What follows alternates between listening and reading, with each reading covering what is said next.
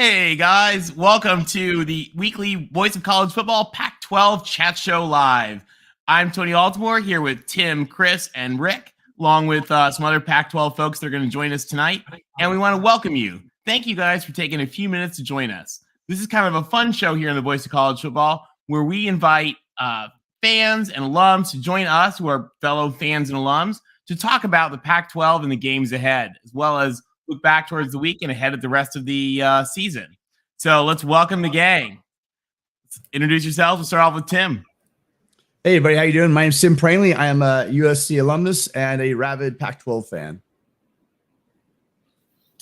I am Chris, UCLA alum, and secondary fandom for the Cal Bears.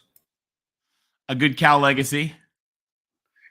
Good evening. I'm Rick. I go by LBC Trojan, also an SC alum, season ticket holder, and a fan of Pac-12 football, even though it kills me, for at least the next 2 years. I like it. All right. Let's dig into, guys. Let's talk about the games that we've got coming up for this week. So some pretty big ones. Starting off, we've got the biggest game of the week, I think, in the Pac-12 is going to be Oregon hosting BYU. Now, this game has certainly gotten the Twitter engines revving of both fan bases and kind of uniting the Pac around its core values. What do you guys think? This is going to be quite a game based on what we saw last week from both teams. Yeah, BYU does look tough, but I really expect Oklahoma to bounce back from the showing they had in Georgia, the warm-up they had with Eastern Washington, and I think they're ready for a prime time. Yeah, I think it's gonna be rough. I mean, that BYU team looked. Granted, this game is in Austin and not at BYU, which is a hell of a place to play, and I think we saw that last week when Baylor came into town there. I'd love to see the Ducks win, but I think it's going to be a great game. I think it's going to be pretty close. This is going to be an interesting game because who is Oregon? I don't think you really can judge from their first two games. The first game at Georgia, that's a heck of a matchup for even the most seasoned coach and his staff and players. You really can't tell on that. And then you come home and you play Eastern Washington. That's really not going to tell you much. So this is going to be a true test. BYU's no slouch. They have an offensive line of 25 and 26-year-olds. They're, getting ready to tap into AARP. They're men, physical, and they're going to bring their own smash mouth type of football. They're not afraid of the Pac-12. I think they were 5-0 last year, and they're going to be on national TV, and they would do like nothing less than to come out and show Oregon, hey, we're real. So an opportunity for BYU. Oregon's got to go ahead and defend Autzen. Yeah, and Oregon is a team that hasn't lost at Austin since the early 90s. So we'll see what happens. I'll tell you guys, BYU's got a tough team. Probably the smart money would be to bet on them, but I am not putting my money on them. I say Ducks pull it off. We'll see what happens. Now, moving on from the big game, we've got a couple sort of pseudo Rose Bowls here of Big Ten versus Pac-12. Kind of virtual Rose Bowls, starting off with one that has actually, I don't think, ever been a Rose Bowl, but probably should be. The Washington Huskies and the Michigan State Spartans. Number 9, Michigan State, unranked Washington. And boys, Vegas thinks the Dogs can do it. What do we think? Washington, I believe, is a 3.5 point favorite, depending on where you're looking. Yeah, that's right. I think this is just a nod to the great job that Penix is doing back there. Really aired it out the last couple of weeks. It'll be interesting what they can do against that Michigan State defense. What do you guys think? Are they going to be able to pull it off? Or will Michigan State drown in the tailgating? I think Washington, this is their first real test. Obviously, playing at Husky Stadium is a great bonus, but you're dealing with Mel Tucker and his defensive-minded Spartans. I think this is an early big test for University of Washington. It's going to be a close, competitive game, but I just see Michigan State winning by a touchdown. Well, I'll tell you guys, my parents both went to state. My dad played for Duffy. We've got the Rose Bowl ring at home. And while I love Dubs, you're talking about, the family's team versus the X's team. So I don't know if the smart money may be on the Dogs, but I'm going for the Spartans in this one. But I'll tell you what, it's going to be a heck of a game for everybody watching. And it's going to be the primetime game on ABC. So I think that's pretty cool. For two teams that both were kind of in the dumps, I think this is a really exciting game. Kind of a big announcement that both the Dogs and the Spartans are officially back. And so, to our Washington friends, good luck. To our state friends, Tuck's coming. Yeah, All right. I didn't give you a prediction. I think they do squeak it out. Sorry. I do think that Washington does squeak it out, a late game win by 3. All right. Next game, up to bat. We've got the dumpster fire that is Colorado is going to Minnesota. So a game, it's going to be actually pretty good weather, I'm sure, in Minneapolis, but beautiful stadium there. Colorado just can't seem to not trip over its own feet. Guys, do they have a chance to get this season on track, or are they going to not even maybe win a game? No, I'm sorry. I'm just not really going to get behind Carl Jarrell and Colorado until they show me they have a pulse. I think this might actually turn ugly. The boat is going to row so hard that the wake is going to drown everyone from Colorado, and let's just move on to the next game. The best thing about this is I love the graphics, and Carl Dorrell on fire is all you need to know. The spread is 27. It's in a dumpster fire. Yeah, the spread is 27, and Minnesota will hit that in the first half. I agree. The boat will row, but it won't splash enough wake to put out the dumpster fire. Let's move on to the next one. Sort of a pseudo Big Ten game. We've got the Cal Golden Bears, who, I don't think anybody would have given them a chance already earlier in the season, but all of a sudden Notre Dame is rocking on its heels. The Bears are going to Notre Dame Stadium. Guys, are we going back to 1959, or are these the Cal Bears that we're usually know and don't necessarily love so much? What's happening? Yeah. In this game, I really want to believe that Cal defense can stand up for a reeling Notre Dame offense and come out with a victory in South Bend, but I really just don't see it. I think that actually it is a kind of a low-scoring affair, and I think Notre Dame's going to bounce back and get the win at home. Notre Dame will be without its starting quarterback, right? But yeah. I don't think it's going to matter. If you watched any of the UNLV versus Cal game last week, which I did, Cal won, right? But it was pretty close. And the thing that stuck out, I think, is that Cal's offensive line couldn't even get a push against UNLV. And against that Notre Dame defensive line, that is pretty dang good. I think you're going to have Plummer running for his life a little bit more often than the Cal fan would like. So even though Notre Dame, might have its own struggles and is, starting a new quarterback who's not the guy that they wanted to have, I would love to be wrong, but I think that Cal has a real problem moving the ball on Saturday.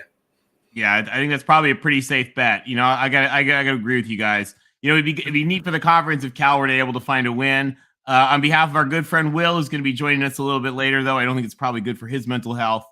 But I don't think Notre Dame's going to be able to fall again. I think Notre Dame gets the first win of the Marcus Freeman era and knocks out the Cal Bears. All right, now we've got a couple Pac-12 versus. I didn't get my. Go for it. What so do you think? I think this is going to be a remake. This is going to be a remake of the earlier game this year, Iowa and South Dakota State, which was a 7-3 game. The defenses are the strengths of these two teams. They got a backup quarterback in Drew Pine that looks like he's 14 years old. That guy was scared to death at the end of the Marshall game. Cal's quarterback is Jack Plummer, Jake the Snake's kid, who used to play at Purdue, so he's played against Notre Dame before, and they've got a freshman all-purpose player, Jaden Ott, who can run the ball, catch the ball out of the slot. They line him up as a receiver. Very dynamic. I think this game is going to be one on the defense, creating turnovers, short fields. I'm going to go with Cal. Cal by a point. I like it. LBC for the Golden Bears. All right. Next up, we've got a couple of Mountain West games that are going to be kind of fun this year. You know, the Mountain West is sort of our little neighbor partner conference with some really good teams. Starting off, what I think is really the game of the week here, the USC Trojans are number 7, hosting Fresno State in a rematch of what have always been really, really great USC Fresno games. And we sort of have the nightmare of the 93 Freedom Bowl. We have the legendary 2005 game that's one of the biggest games in Fresno history. And Jake Haener is going to bring his team back down, who's afraid of nothing. What do we think, guys? Is Fresno got a chance against the mighty men of Troy? I think USC again. Last 2 games, they got out, scored touchdowns on their first 5 possessions. I think I see a little bit of the same. I see they're going to come out, pistol hot. I'm again still not sold on a developing defense. It's trying to come together and mesh. So I do see a little bit of a scoring fest in this one. But I do think that USC wins comfortably end by at least a couple touchdowns. I think that SC pulls it off, but I can speak to bad things happening when Jake Haener comes to LA. And I know you all know your old friend Jeff Tedford is probably pretty excited about this game as well. Oh yes. I think that Fresno State is by far the best team that you all have played so far this year. I think that SC does pull it off, but I think that there's going to be moments in this game where it's a little bit closer and a little bit more uncomfortable than you think it should be. Yeah, great analysis. I look at this game, and Jeff Tedford has 2 games on tape, the Rice and the Stanford game. He is going to go ahead and dial up some plays for Haener, and SC's going to have to prove that they can stop some scripted plays. So he's going to be able to dissect and develop some special plays to take advantage of USC's defensive weaknesses, a lot of issues with gap integrity. So he's going to test that. I think SC will be fine. We're going to be able to outscore them. I'm not really impressed with Fresno's defense. USC cannot live on the rate of takeaways at 4 per game. And if SC does turn the ball over, then you're going to give Haener a few more possessions, and that's something that can make the game closer than people think. I'm looking at 45 SC, 28 Fresno State. Yeah, it's going to be a good game. Guys, I think there's a couple things that we have to remember in this game. First of all, Jake Haener is the man, and he can do anything. And he's a little bit ticked off, reminding everybody that he wanted to go to USC growing up, but wasn't tall enough and didn't have enough stars by his name, as he says. Now, when Jake Haener started off his career, he was at UW before he went to Fresno. And he completed 69% of his passes at UW, which is pretty impressive. Another player, Fresno has a 4-star middle linebacker, Scott. And, this guy, you sort of say, okay, Fresno middle linebacker. Yeah, well, he actually did his first 4 years at a little school in LA called USC. So he's back out for revenge. One of the defensive players sort of shuffled away as Coach Grinch came in. So there are a lot of folks. Everybody in there has got a chip on their shoulder. And Fresno's got a good team. One of the things, actually, the folks from Reign of Troy, I thought, put it best. Lisa said that the thing about Fresno is they don't have an elite defense, but they have a competent defense. And they're not going to make some of the mistakes that we saw if the other teams make. And we know that if USC turns the ball over, we could be in trouble. But with that said, I think USC rolls, beats the spread, USC by 20. That's where I'm going. All right. Next up to bat. How about them Cougs? Wazoo went into Wisconsin and said, jump up, and sit down. So far, new Wazoo Chancellor Elizabeth Chilton is undefeated. What do we think, guys? Is Wazoo for real? They're going to get a chance to kind of maybe have a little fun and let some healing happen with Colorado State. What do we think?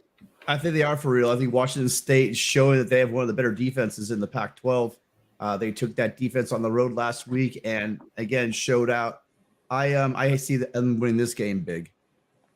Yeah, Washington State wins, but I gotta think. I gotta say it's a shame between them and the Beavs. I think neither of them. Am I right to say that they didn't even receive votes in the AP poll, or just that they're not ranked? Either way, I mean, they should both be top 25 teams for what they've done so far this season. And Washington wins by at least a couple scores. I mean, sorry, Washington State. Washington State and Oregon State did receive votes that they're not in the top 25. Colorado State opened the season getting obliterated by Michigan 51-7, and then returned home to Fort Collins, giving it up to Middle Tennessee State 34-19. They're 0-2. And the Cougs are 2-0 with their win at Camp Randall. Congrats to the Cougs. But that famous motto, they're going to Coug it up. And they're high on themselves, peaking at the top 25. I'm predicting a Coug it up game. Just when you want to prop up the Pac-12, history will repeat itself. Colorado State by a field goal. Wow. That's true. There, it is the Pac-12. We do know how to do that. I don't think it's going to be the steamrolling that we think that it might be. Some of the folks and some of the media folks are saying, but I think Washington State pulls it off. I'm hoping they don't Coug it up, but we'll see what happens there. And that game's going to be on the Pac-12 network, kind of the early game. Next up to bat, Utah. Now, Utah lost at Florida. They came back and just swamped Southern Utah. And now they got a big game. San Diego State coming in here to into Salt Lake City. Now, last year, San Diego State beat them in kind of a big upset. So they're going to be hungry. What do you guys think? Utes or the Aztecs? Kind of a Native American battle going on here. Utah had that heartbreaker in the start out the season, and then they got the double whammy of last week where Florida's shown that they, may not be the great team we gave them credit for in that win. However, I still see that Utah is the class of the Pac-12 in the fact that they have a great coaching staff and they've got a very well-rounded team. I see Utah play this one out also by a couple touchdowns. Yeah, I don't disagree. Utah keeps it rolling. They're gonna put week one behind them. They're not gonna overlook anyone like San Diego State. Not that I think anyone would with the coach that they have. I don't think that they're that kind of team or that kind of program. But the fact that they lost to them last year, they're gonna be looking out to get revenge on that game. And yeah, Utah wins by a couple scores. Yeah, the spread on this is 21, I believe. And Utah was surprised by San Diego State last year. Not going to be any surprises this year. Challenging game down in Florida, which kind of recalibrated them, let them know kind of where they're at, the Utes. You can't really take anything from Southern Utah. There's JCs in California that beat Southern Utah. But Utah is an amazing team at home. I see them rolling San Diego State. I'm looking at a 28-point win.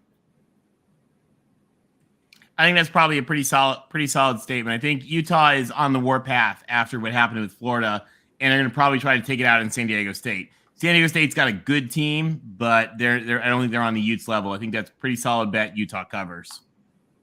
All right, moving on. We got a MAC showdown here. A little bit of Pac-12 MACtion going on. Arizona State, after not being able to hang with Oklahoma State, brings Eastern Michigan to the Valley of the Sun. What do we guys think? Do the Eagles have a shot, or is Arizona State maybe for real? I think that I don't know what to make of Emory Jones and that offense at Arizona State. I still think they have a decent defense, but in this game, obviously against Eastern Michigan, they should just win this one going away. Right. I'm not sure what to make of Arizona State. Yeah, that much either. Although, I mean, they wanted to make me watch their game last week early, and then they kind of let it get away from them. But this week they take care of business. This game, the spread is Arizona State minus 20.5. Arizona State's not that good to be a 3-touchdown favorite against anybody, let alone Eastern Michigan. They're gonna do what the Sun Devils do. They're a dumpster fire. They'll win this game by 6. I like it. Hey, we want to give a big thanks to Shoelace Sooner out there. He's one of our favorite viewers and fans. I hope you'll call in sometime. You guys have a big game this week, by the way. Good luck against the Cornhuskers. I think knowing my Oklahoma fans going up against a Nebraska team that's reeling, you guys might have some fun with that. Thanks again, Shoelace Sooner. We really appreciate it. Now, as for what's happening in the Valley of the Sun, my uncle went to Eastern Michigan. I love the Eagles, but I just don't think they're going to be able to hang with Arizona State. LBC, I kind of tend to agree with you that they won't maybe roll them like they should, but I think they might be able to at least get close to the spread. So we'll see what happens there. Now we got a couple of FCS showdowns here. And then once we're done with that, we'd love for you guys to call in because we want to take the rest of the time and hear what you guys have to say. So let's dive in here, and we'll put the link in the chat in just a sec. But let's dive in here, guys, to the FCS games. First of all, one of the most underrated games, I think, going on in all of football this weekend, Arizona versus number 1 in FCS, North Dakota State. Now, I can't think of anybody I'd rather play less than the number 1 team in FCS. And the Bison they're a force to be reckoned with. What do you guys think? What's going to happen down there in the desert? Yeah, I kind of sold some of my Arizona stock last week. I know they went up against a very good Mississippi State team, but the way they really faded down the stretch kind of gave me lots of pause. Maybe we might be going a little bit crazy. Jaden Delora kind of showed us some of what Jaden Delora does sometimes. You know, he could be a world killer, and he can also kill his team. But I think overall, I do believe in Jed Fish and this offense. So I do think they come out of this game with the win. Again, it might be a little not as comfortable as we would want it to be. Right now, shockingly, the mighty Pac-12 is undefeated against the FCS this year. I still see that continuing, and I think they find a way to win this game. It may be closer than most people want. Yeah, I do think it's a pretty evenly matched game, and I think a lot of it depends on, which Jaden Delora we see. Like exactly what Tim said. That's I think that Arizona ultimately pulls it out, but Jaden Delora cannot play like he did last week, or they will lose. Tim, did you say the Pac-12 is undefeated this year against the FCS schools? Yeah, I saw that number. I almost passed out. Yeah, you might have cursed us by saying it out loud. Did you just jinx Arizona? This game, I don't think I did. Believe me, if my words can give them the L on this one, then maybe they truly aren't the team that I thought they were at the beginning of the year. This game's off the board betting wise, but Arizona did lose to Northern Arizona last year. They started off San Diego State's new stadium with a convincing 38-20 victory. And then last week, they faced a real team in Mississippi State. Kudos to Mike Leach's team. They took the L. So this game is really going to show us who Arizona is this year. Do they step up and take care of business at home against North Dakota State? Or does Jaden Delora kind of throw them out of the ball game and it's closer than people think, and they're in it for their lives in the fourth quarter? I tend to think they've got enough talent.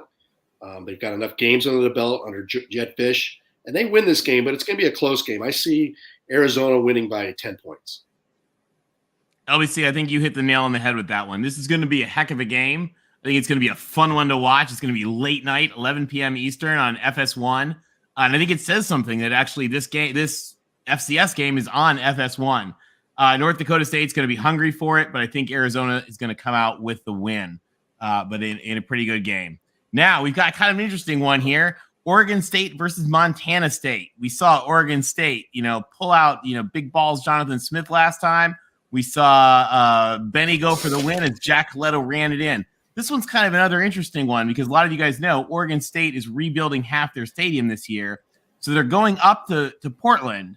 And before Oregon State had a stadium, they used to have to play USC and UCLA and Washington in Portland in a baseball stadium, which has since been reconverted into one of the nicest soccer stadiums in all of MLS. So this game is going to be in the big, beautiful soccer stadium in Portland off campus. What do you guys think? Do the Beavs keep it rolling against Montana State?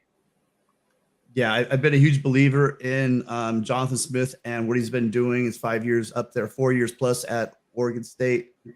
I think they have just the athletes in the trenches to make this thing a really one-sided affair. I think they have one of the best offenses on the West Coast. I just can't see any reason to give Cinderella hope in this game. So Oregon wins big. Oregon State wins big, sorry. Yeah, Oregon State keeps it rolling, and they look forward to who comes to town next week when the Trojans come in, and then they try to really make a statement. But this week they take care of business. Jonathan Smith, I mean, I'm going to say more of the same of what everyone said, but that guy has it going. Their first touchdown drive, I mean, super aggressive against Fresno State. Not only at the end of the game, but they had 2 4th down conversions on their first touchdown drive, and then to have Tedford, they put the field goal team out. For anyone that didn't see it, they put the field goal team out to tie it, to put it into overtime. Tedford freezes the clock. I got to have Connor come on and talk about how excited he was. Tedford freezes the kicker, then they come back out with the offense and win the game on the last play of the game. It's just awesome stuff, an awesome game for anyone that had the pleasure to stay up and watch it. But the Beavs keep it rolling. I love Jack Coletto. He reminds me of a black shirt. Back when Nebraska used to have a team, would punch people in the mouth, were physical and tough. That should tell you. Trev Alberts, if you're listening, you should have already made a phone call to Jonathan Smith, because he's an excellent coach, and he would bring back Nebraska to some type of semblance of what they used to be. But that's another story. This game, Oregon State's going to roll. They're going to put up 45, no problems, and they'll be ready for USC. I think you're right. I think this is going to be a fun one. It's also, like I said, kind of interesting because it's in that soccer stadium. It may be something we see the Pac-12 doing more of with SoFi Stadium or some of the soccer stadiums in LA coming up going forward. Next up to bat, UCLA. There is not a cupcake, powder puff team, nunnery, convent, orphanage that UCLA will not put on the schedule this year, guys. Whoa, let's slow down. They got South Alabama. Not a bad team. They're pretty good. Actually, they're in the wrong section of this. Sorry. I should have had a divider page for this one. My bad. But what do we think? UCLA or the Cupcakes? Who's doing it, Tim? Yeah, well, UCLA is only a 15.5 point favorite in this game. South Alabama's good. I think in front of a stellar 8,000 to 9,000 fan. All right. Home field advantage. So they just play at Drake Stadium, the track field on campus? I'm not sure where they're going to play. They could probably play in a local park and probably fill that thing up. But I think that they're probably going to have a typical Kelly win here, where we're gonna see a heavy load of running and a lot of DTR running, and I see them covering. I see the Bruins winning by about 20. All right. I think we win. I think we win, but I'm going to give you some reasons that I'm a little concerned. And I don't think, first of all, this team, if we're forgetting, is in maybe, the second best conference in college football. They come from the Fun Belt. And you only have to ask Virginia Tech, Texas A&M, Notre Dame, and Nebraska what it's like to play one of those teams. So no, the truth is we should win the game, but they are going to be the best team that we've played, and we can't just show up. We can't sleepwalk to victory. We do actually have to play against them. It'll be the first time that we've been undefeated and out of conference since 2015 if we do win. So that's also going against us. But this is a South Alabama team that beat Nichols handedly, and then they beat a Central Michigan team that put up 44 on Oklahoma State in week 1. So I don't think it's definitely not the walk in the park that Bowling Green or a game against Alabama State were last week, or what Colorado. I think that this is a better team than the Colorado team will play in week 4. So yeah, I think we win. So is the Pee Wee team that D4 coaches on the weekends. Yeah, that's probably true. So yeah, no, I think we win, but I am a little bit concerned, and we do actually have to show up.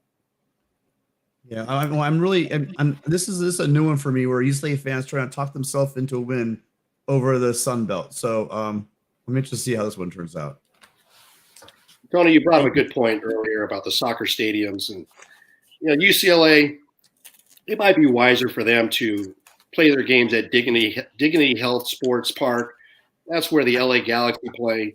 Stadium capacity 27,000. That's where the Chargers played until they moved into SoFi. It's actually closer to Westwood, and the capacity would work. They would look like they had sold out games all the time. Now they're going to tell you that, hey, UCLA is on the quarter system. There's not going to be any students starting school for about another week and a half, 2 weeks. So there's not going to be any type of home field advantage. And South Alabama's coming in with one mission. We're going to add the 5th Pac-5 team to the Fun Belt's belt. They're going to be gunning for UCLA. Now, do I think they have enough? No. But are they going to be intimidated? Not at all. The spread I believe is 15.5. I see UCLA winning by 10. It's crazy that all it takes is beating Rice and a bad Stanford team for USC fans to be ready to pop off this hard. I didn't know we were getting here this quickly, but we'll see. All right. I'll tell you guys, South Alabama is a good team. I don't want to play the Fun Belt right now, but I do think UCLA, they got a pretty solid team. I think that they pull off a win in the end. And then Stanford, as you guys know, is not playing this weekend. So they've got a weekend off after recover from USC. Now, like I said, we want to hear from you guys. And first up, we've got Jeffrey from Only Talk Sports. Jeffrey, welcome to Pac-12 Live. I'm glad to be here.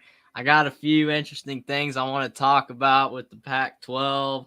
Number one, I think it's funny. I know that football games are scheduled way in advance, like 10 years in advance, but I think it's hilarious that Arizona is playing North Dakota State, because Arizona is like one of the worst teams, which back 10 years ago, they weren't as bad. And North Dakota State's one of the best FCS teams. Like, North Dakota State should play a better team, like from the SEC. And then the teams at the SEC teams, like you get Alabama versus the Citadel. That's who Arizona should be playing from the FCS, not North Dakota State. I think it's hilarious that this game, it actually is a really good game, and it's way too late. I know it's gonna be a really fun one. Yeah, I think it's a major game. What are you trying to say? Are you trying to say that the SEC schedules the cupcake FCS schools and they won't schedule a tough FCS school? Uh-oh, did Jeffrey freeze? I think I shocked him. Yeah, I think he's frozen. All right, hopefully Jeffrey will be back with us in just a sec. He froze up there. Little internet connection issue. While we wait for Jeffrey to come back, we've got Tide Guy coming on. Tide Guy, Jeff, welcome. What do you think? We got the Pac-12 week ahead. I actually think this is going to be a great week for the Pac-12. I really do. I have most of the Pac-12 teams winning. I do think North Dakota State is going to pull the upset on Arizona. I know Arizona is a lot better than they have been the last few years. They looked really good against San Diego State. They didn't look as good last week against Mississippi State. So I do think North Dakota State's going to pull that upset. But I think in all the other games, except for the Cal game, I think the Pac will win, and I think Cal will still make it interesting at Notre Dame. Yeah, I think you're right. I think that's gonna be a heck of a game. I can't wait to get Will's take on it. I think I can predict it, but we'll see what he says in just a sec. Mike Ford points out, I like this. This sounds like U of M fan. UW manages to beat our little brother. He'll give the Pac a second look. Hey, Jeffrey, welcome back. I'm sorry. I'm in my studio, as I call it. It's in the back, and sometimes the internet dies. I'm sorry about that. Oh, it's all good. We're glad to have you. In now. My favorite game. I cannot wait for the Washington game. The Washington game with Michigan State. That's the game right there. I can't wait for that one. Penix. I hope he can make it through this game. Penix. I mean, I always call him Penix, but Penix. Man, I really wish he had stayed healthy at Indiana because he was really, really good. But I think Washington's going to win. I said in the chat, I got Washington winning, and a lot of people don't think so. But I think that's going to be a big win for the Pac-12 this week, and I really think Washington's going to win. What do you guys think about it? Yeah, well, again, Tony has those ties to Michigan State. I mean, I can't see his thing going either way. Yeah, you're looking. I think Vegas has Washington. Maybe we're looking at a 3 to 3.5 point favorite. You know, that's really your home field advantage. So what they're telling us is this could be an old fashioned, back alley fist fight. And I do like the way that Washington's offense is moving the ball. Penix is up there in yardage and passing, and he's really been taking care of the ball. I don't have his stats in front of me, but he's throwing touchdowns and he's not throwing a lot of interceptions. If, again, a game this close, if he can continue that passing, again, I know he's had some trouble in the past, but if he can continue that passing against what I think, obviously with Mel Tucker, we know Mel Tucker's defense, right? So if he can continue to light up the scoreboard like he is, I really think that and take care of the ball and not turn it over. I mean, I told you I like Washington in a close game. I think that line's really good at 3. I don't think either one of these teams pulls away. Let's not get hypnotized. You need a defense and a running game when you travel. Michigan State has that. Yes, Washington, they've had a couple victories, but it's against Portland State and Kent State. They're going to face a real defense. They're going to put pressure on Penix. They know him from the Big Ten. He's capable of making mistakes. And in a 60-minute game, Michigan State's defense and ball control and is going to control this game, and they're going to walk away with a close victory. Washington's going to compete, but they're still a few games away from really beating a team like Michigan State, in my opinion. I agree with you 100% there, but Kalen DeBoer and Michael Penix both have experience against Michigan State too, though. I mean, that's why I really think they're going to win. I know they haven't played that. Kalen DeBoer didn't coach against Mel Tucker. It was Martin Antonio, but I think they're going to win. It's tough for a team to go out west like that, and Michigan State hasn't played anybody good yet either. And it's going to be interesting. It's a 50-50 game for sure. I don't know, but I still think Washington's going to win. Their fan base has not, as far as numbers wise, hasn't been what it's been. But there are a few places in the Pac-12 that are as hectic as Husky Stadium. If they pack that stadium, it is a true home field advantage. And again, I'm curious to see if what you're saying is going to hold up, Rick. But I have a lot of faith in this team. I mean, they have the athletes on defense as well. It's not a one-sided affair where they don't have the horses on defense at Washington. So I don't think either team's going to pull away. This one could be a coin toss, but again, at home with a Husky Stadium crowd, I'm giving the edge to the Huskies. It's going to be a heck of a game either way. It's going to be a tight one, but my dad's idea of a lullaby was the Michigan State fight song. So, I don't know if I can predict him to fall to the Huskies, but I think it's going to be a heck of a game. I don't think I went on record for my prediction on the Oregon game. I think that's the first one we previewed. Oh, did we miss you? I'm sorry. I apologize. I believe Oregon's going to win by a field goal. So there you go. Let's go Ducks. For all the Ducks fans out there. For all the Ducks fans and Trojans giving you some love. Don't one of my there was a great quote somebody on Twitter the other day said you have to be quite an institution to unite Ducks, Beavers, Trojans, Huskies, and Utes all for Oregon. There you go. Jeffrey, what else are you looking forward to in the Pac this week? I got another interesting question. Do you think that the worst Pac-12 team is Colorado this year? Or you think Arizona's still the worst? I know it's hard to tell because it's early. Colorado is the a worst. flaming dumpster fire. Yeah, I had a feeling that Air Force game. I saw the score; they got blown out. That was ugly. And on the opposite side of that, do you think the best Pac-12 team is USC or Utah still?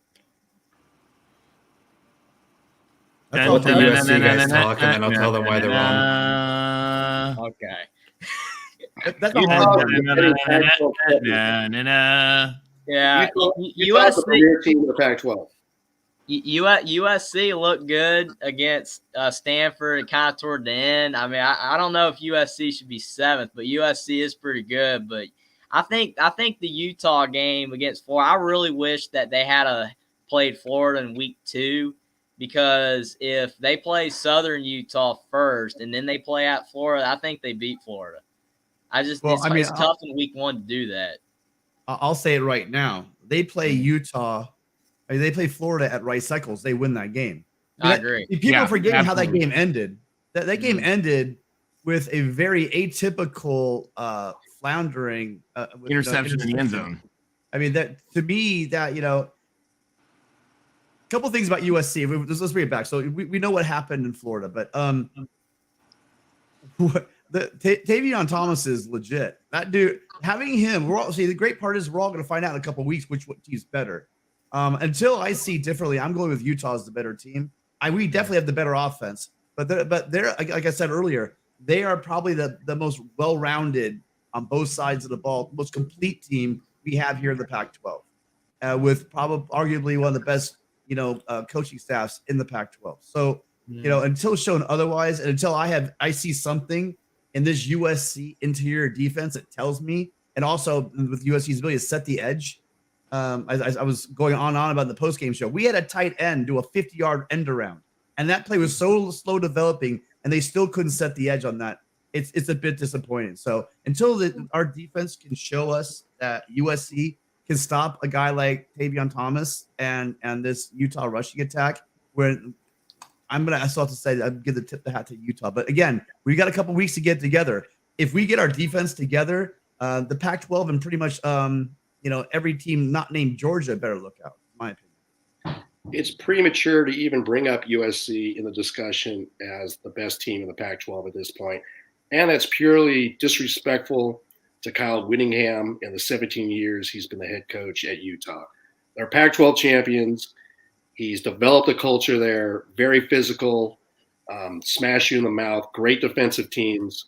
And so my hat's off to Utah. Until USC goes into Rice Eccles and beats Utah, then you can have some discussion. That's going to be a heck of a game. Lincoln Riley versus Kyle Whittingham's defense at Rice Eccles. So I've got to go with Utah right now until USC can show me that they can beat Utah. And I think Utah's going to have a heck of a game with San Diego State, so that's going to be kind of interesting too. Yeah, I agree. I mean, like I said, I really feel bad for Utah because, I mean, you look at Kentucky. Kentucky had Miami, Ohio in week 1, and then they play at Florida, and they win. Again, I really do feel if Utah played Southern Utah first, got that game under their belt, I think they go on the road at Florida and win, because I do think, I know why these games are done, but I can't stand these week 1 games for some of these teams that have to go on the road like that and play these tough teams because you're not ready. You're not ready for these games. If Utah played Florida when week 2 on the road or even week 3, I think they win because, like you said, the game went down to the end, and it was an uncharacteristic mistake by Cam Rising. I just think that really hurt Utah, and if Utah had a won, then they'd be probably fourth or 5th in the country right now. And that's a really unfortunate loss for Utah. And I really do think they would have won if it wasn't a week 1 game. That really sucks. I agree with you. Mm-hmm. But yeah, I agree with you, Rick, that Utah is probably better, but USC's potential ceiling is higher than Utah's, in my opinion, though. because they have more talent probably than Utah, but Utah is right now probably the best team. I agree with that as well. And we got David pointing out Utah would win 9 of 10 times against Florida. Probably right. How much does it stink that it was that one? What else do you got for us, Jeffrey? Well, maybe 9 out of 10. Might be 9 out of 10 at home. I don't think they're winning 9 out of 10 at the Swamp. Nah, it's more probably like 6 out of 10, 6 or 7 out of 10 on 6 out of 10. I think that's right. Probably right. Especially since it was week 1. The only other thing that's really coming to my mind to ask right now is two quick more things. Number one, I saw you were talking about earlier with California and Notre Dame. There's no way that Notre Dame's losing again. There's just no way. I mean, Marcus Freeman's 0-3 as a head coach, and Notre Dame fans are going nuts. There's no way they lose to California. I don't see it. Jeffrey, if they lose, it'd be a disaster for Notre Dame. Jeffrey, do you know Notre Dame's backup quarterback Drew Pine looks younger than you? He's going to be out there. He's going to be out there in his first collegiate game at Notre Dame Stadium wearing the gold helmet, and all that leprechaun pressure is going to be on him. Anything is going to look really good handing it off. He's not going to have to throw, and his defense will carry him, and they'll be fine. He also looked a little bit like, the guy who's like the tackling dummy in like a self-defense training, as he just got laid out by the Marshall defense. So we'll see. But Will's going to be on with us in a little bit to talk a little bit more about that. Really quickly. I want to give a thank you to LW, first of all. Thank you, LW. Always one of our favorites. Thanks for joining us. Yeah, but I wanted to get back to the game. I just want to thank him really quickly. Thank you. Excellent job. Good to have the Alabama fan in here. But really quickly, here's my problem. You just said it there about the Notre Dame game, Rick. Yeah. There's going to be a lot of pressure on this team. Not just the team, but also on the coach and the coaching staff. So if you look at the rosters, you line both those rosters up, and you look again, that front seven at Notre Dame didn't just disappear overnight. They're still there, and we've seen that Cal offense. I know you've got a friend of a friend playing quarterback, but I just really think that they're going to struggle to score, and I do think on an undersized defensive line, I think that they're going to be able, like Jeffrey said, they're going to be able to move the ball on the ground. They're not going to. This game plan is heavily going to be based on running the ball with that big offensive line down Cal's throat. And I think they squeak it out. But the one thing, that wild card there, is you have a young head coach going into this game with all the pressure of the universe. Being the head coach at Notre Dame is not an easy job. Well, try being the head coach at Notre Dame when you've lost 3 games in a row and had a really embarrassing loss at home. So if they knuckle up, they might have a serious problem on their hands. But again, I think on talent alone, they should win this game. I agree with you, Tim, but you got to look at it from this standpoint as well. Will Cox is a veteran coach, defensive coordinator, and he comes into this game. He's going to scheme up some different looks because Notre Dame comes in, realistically, a one-dimensional team. They're going to run the ball, like you said, and he's going to prepare for that. But he's going to make Drew Pine beat them or take shots and beat them. It's like he's not going to be able to throw the ball. They know that. So I think from a one-dimensional standpoint, he's going to be able to give some different looks to Notre Dame and to stop the run game. And then they'll be ready for when Drew Pine does throw the ball at all to capitalize on mistakes. But it's going to be a defensive-minded game. It's not going to be a high-scoring game at all. And that's why I give Notre Dame a chance. I mean, defensive struggle, but what I'm really looking at is you look at Michael Mayer. This dude is a monster. And so you're gonna have a heavy dose of running game. And if I'm an offensive coordinator, I don't, granted this could be Drew Pine, but if I'm a 3rd and 7 or 3rd and 6, there's not many other players in this country I would want on their side of the line of scrimmage than Michael Mayer looking back with big old paws. That catch he had at the goal line last week was just, that ball was tipped. So we're talking about a big dude with great hands, huge mitts, super physical. I actually think he might be the difference in this game. All right, we got folks waiting real quick. Hey, Jeffrey, thank you so much. We appreciate having you as always. Jeffrey, you're awesome. Where do the guys find you at? You can find me at Only Talk Sports YouTube channel. That's all I got. And I I got some previews and predictions on a couple games, but I'm done be doing a Washington, Michigan State tomorrow. And again, I'm picking Washington. I'm spoiling it. Go Washington. I want Penix to win, but thank you. I'm glad I was on again. All right. Thank Only you. Talk Sports with Jeffrey, guys. Definitely check it out. Thanks again for joining us. Thanks, Jeffrey. I'll definitely call in next Wednesday. All right. We'll see you next Wednesday. All right. Thank you guys for being patient. We've got Chris and Zach. Guys, welcome to Pac-12 Live. Good. How are you doing? I'm good. I'm in Utah right now. I'm going to the game on Saturday. Are you? Nice. That's going to be a good one. Does anyone have any requests? Want me to yell at any of the players or anything? Which game are you at? Wait, what did you say? Which game are you at right now? I'm not Utah. I actually just moved here for school. Oh, no. You go to the U? No. I don't go to the. I mean, like I had an internship. They sent me over here and everything. That's awesome. Congratulations. That's I'm really super cool. into football. I never really liked Utah though because of what they say about it. You know what it stands for. That ass honks. All right. Thank you anyway. All right. Well, that was our first our first one of those we've had. It's kind of adventuresome. BYU fan. A BYU fan, I think. Yeah, you must exactly. be a BYU fan. Definitely a BYU fan. All right, Zach, welcome. Yeah, thank you for having me. If you guys don't mind, I want to track back to what was said about the Washington and Michigan State game because personally, I am a Michigan State believer in this one because, for one, the pass defense for Michigan State has been very much improved, and it was an absolute laughingstock last year where they had like the most allowed passing yards a game out of all the FBS teams. And I think Michigan State has a better shot than I think some people think because last year these Spartans had a similar test where they went down to Miami, played another Power 5 opponent, took care of business, played good football, and came out with a win.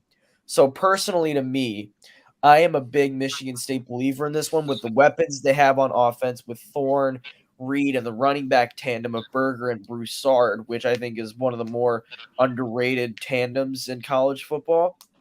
And with the heavy Washington pass offense, I think Michigan State's pass defense, which is much improved, I think it can match up well. So I'm a Michigan State believer in this one. All right. I you could well be right. I think Spartans may find a way to pull it off. Yeah, I think that will be the best game of the weekend. That game, I think, is going to be a great game. And again, I think the rest of the country is going to see, with Rice Eccles and with Austin, Husky Stadium is just an amazing venue for college football. And I really think you guys are in for a treat on this one because there will be a home field advantage. And again, I absolutely can see it going either way, Zach. There's no doubt about that. Neither team's running away with this, I think. Yeah, and as Larry points out, Rice Eccles is going to be going off against SDSU for that rematch. But I do believe, though, because it's at Washington, I think that's why I have Washington beating Michigan State. And I wouldn't be surprised if Washington wins. I could see it going either way. Yeah, it's gonna be quite a good one. I'm excited for the USC game too because the Fresno Oregon State game was good, but with USC's defense going against Fresno's offense, which is a unit that you cannot overlook, USC really needs to get some stops down the stretch. We know what their offense can do, but the test is can their defense get some stops in the early going and down the stretch. So if USC can do that, I think they'll be more than okay.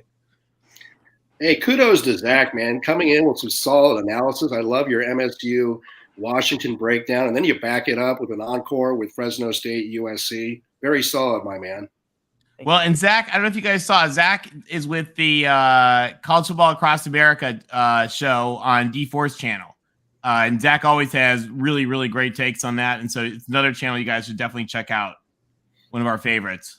Yeah, we go live every Wednesday before this show, so you can catch our show, and then when we're done, you can head over here to support our friends from the Pac-12. But I'm a little tired. In your honor, we're giving you a little bit here of a little bit here of Big Ten Pac-12 love. Hold on, you gotta fix it. Where's the? Oh, I can't find it. There we go. Show a little love for our Big 12, our Big Ten friends up on the screen there. There we go. Zach, what do you think about the Minnesota game? Is Colorado going to get torched? Oh yeah, they are going to get Minnesota. They're pretty solid, but Colorado is just absolutely terrible. I mean, what else is there to say? Nothing. Yeah, nothing. It is literally it is bad in Boulder, guys. How long can we hold out with this mess in Colorado? I mean, Colorado is a phenomenal school in a beautiful place. They appeal to recruits. You got one of the coolest stadiums going. How is this team so bad? And at what point is this gonna stop being tolerable for them? I just think there's one person who could answer that question for you, Tony, because it's amazing what they did at Colorado. They must have seen what a phenomenal job Carl Jarrell did at UCLA and said, you know what? We're going to double down on this, or we're going to go for it. Carl's our guy. What do you think, Chris? He had a 10-win season at UCLA. Can you believe that? I can't believe that. No, actually. I know it happened. I know it happened, but like, I don't know. Maybe did they have a similar schedule to the one they have this year? Is that what happened? They won a lot of games very close that like somehow pulled it out. When it so the opposite of Scott Frost. What's crazy about Colorado, and maybe it's not as impressive after last week, but they almost they were pretty close to putting Jimbo Fisher on the CD's on now last year when Texas A&M came to Boulder, and Colorado was terrible then, and they almost beat A&M that year. Oh, the writing was on the wall. You don't want to hear that. And that team went and beat Alabama. Holy Jesus. But if you guys think about it like this, though, Colorado went to the Pac-12 the same time Nebraska went to the Big Ten, right?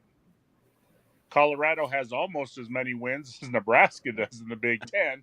The problem is Colorado, since they joined the Pac-12, have they really spent any money on that football program? I mean, very little. They don't put no money into renovation. They don't put money into facilities. They don't go after a big name coach. Their recruiting has not been very well. I mean, they're just not putting money into that program ever since they left the Big 12. Right, which is why they lost Mel Tucker, among other reasons, to Michigan State. Yeah, and then look what he's done. He's put that program in the top 10 nationally he's done some good things. He's made them a very solid program, top 10, top 15 regularly, which is something that we haven't seen from Michigan State in a little bit. Yeah, I don't know. It's impressive to see them coming back. I don't know the answer to this about why Colorado hasn't put money in the program, but perhaps when they joined the Pac-12, their revenue projections, fell short from what was promised by Larry Scott. So I don't know that. You capitalize that. I think it's a safe assumption that everyone's revenue is falling short by what Larry Scott projected. Wait a minute. Are you telling me they couldn't turn around the windfall that Larry gave us and turn it into that championships? I'm trying to just give you a quick math lesson right here, doing the numbers. And, they joined the conference, and they were one of the voting members to go with equal revenue sharing. You want a quick all math? that money from the Pac-12 network didn't come in? Yeah, it didn't come in. It fell a little short. Away with that money. Yeah, exactly. Folks, we got another friend joining us right now. We got Jordan. Welcome, Jordan. What's going on, guys? Good to have you. You got me munching on some Sour Patch Kids watermelon. They're good. I highly recommend it. This is not sponsored, by the way. They're really good. It's good, sweet and sour. But I'll try not to show my ass on here, literally. I know. Hey, kind of a breakthrough. It's our first time we've had anybody like that. Yeah, I know. It's kind of like it's a rite of passage when you do this. It's a rite of passage. We got probably a BYU fan there from Utah. But you should have figured that, Tony. You should have planned for that because when you do an after dark, that's when the moons come out. It is. The moons come out after dark. It's true. The BYU moons. Just a little quick plug here. Like myself, you can also find Jordan on D4's channel with college football all across America. Jordan does a lot of great things for us, brings some good analysis, probably some of the top. So, come check us out on D4 Sports' channel, who is also a good friend of these guys over here at the Voice of College Football. I love the enthusiasm. I appreciate that, Zach, by the way. Of course. That's, Zach's my boy. We've been doing college. It's been a year now. Well, we're in our second season doing it. It's been a fun ride, and I wouldn't rather do it with anybody else. So yeah, we got a good group over there. Yeah, we have a fun time. I love the enthusiasm. Daz 8833. Clemson does suck. Yes. Woo. I'm glad I'm on the Pac-12 show and I'm still getting and you're getting love. Exactly. Jordan, there you go. Jordan, you know what that means? Clemson's good. That's what it means. Well, we'll see. Sometimes they do. Sometimes when people say someone sucks, they do suck. But no, I'm just kidding. Clemson doesn't suck. But anyway, let's keep this Pac-12. But yeah, I am really interested in. I know you guys have been on a long tangent about Washington and Michigan State in that game, but that is really one of the more intriguing matchups of this weekend. I don't know. I think that Michael Penix is averaging I believe he's averaging 10 yards an attempt. It's been a long time since I've seen Washington be this explosive on offense. I know they haven't really played anybody great, but I think they've made some really huge strides. I think Kalen DeBoer has kind of flipped kind of flipped that offense completely in 1 year, and it's just pretty phenomenal to see. I know Zach mentioned Michigan State, the improvement of Michigan State in that secondary. They've gotten some key transfers. Amir Speed from Georgia is one notable one. But yeah, I think this is going to be I like Washington here, but I don't feel great about it. Just because of the the proven track. I mean, obviously Michigan State has been good. They were good last year, and they're still rolling, and they've made some improvements defensively. But I'm going to be a Pac-12 homer here. I like Washington. So yeah, give me Michael Penix, that offense. I think they're going to do just enough. I don't know if it's going to be a high scoring game, but I think they'll do just enough to get the dub. Bow down to Washington. And another fan joining us. We've got I think we're gonna have some hot takes here on Notre Dame versus Cal. Will, straight out of practice? Yeah, straight out of practice. Yeah, it was a good one. It was fun. All right, tell us. We've heard some folks thinking the Bears are gonna be able to pull it off. Oh, of course. I think this is the springboard game for our season. I think we can get some points on the board, get Chris Tyree running, hopefully get Tobias Merriweather in. I really want the coaches to put him in because he would really open our offense up as a bigger receiver. And get Chris Tyree because the O-line's been struggling. We need to get Chris Tyree in some runs because he only needs a little hole, and then he could just burst in. I know the Bears' offense is good, and they have some guys in the secondary that are going to be NFL players, but I think this is our springboard game, and I think we can go be 10-3 by the end of the year. I truly believe that. With the talent on our team, we should be able to go 10-3. Well, I will say this: Jack Plummer, the last time he was at Notre Dame Stadium, I don't think he played too good. Yeah.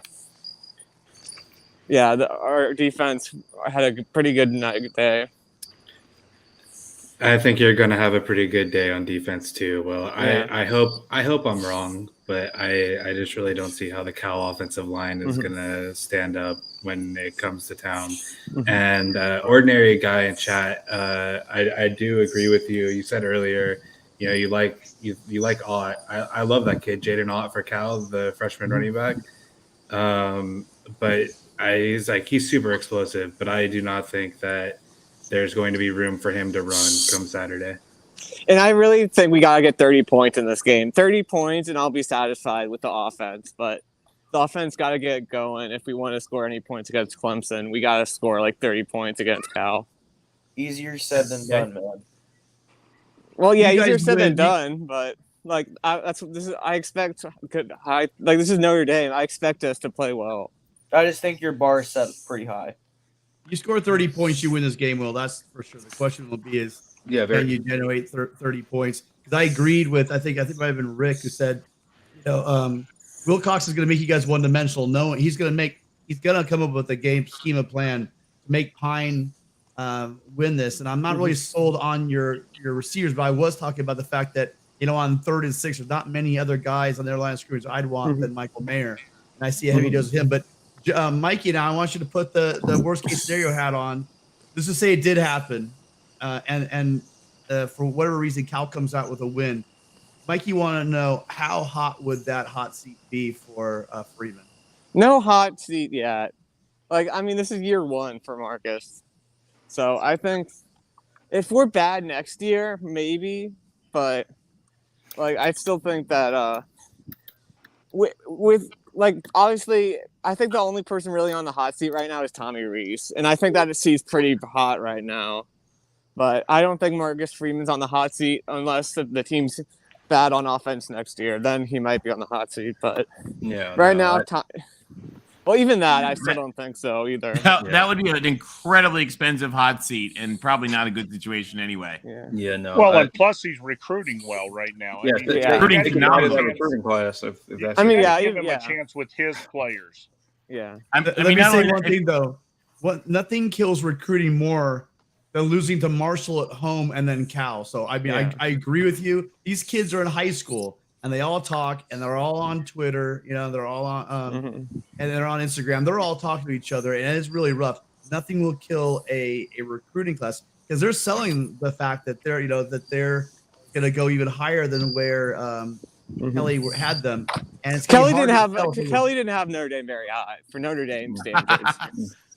How quickly we forget Charlie Weiss and Bob Davie and Tyrone Willingham and yes, but still they were terrible. Kelly was not that great, but Willingham, Weiss, and Davie were terrible. Remember he's the winningest coach in Notre Dame history.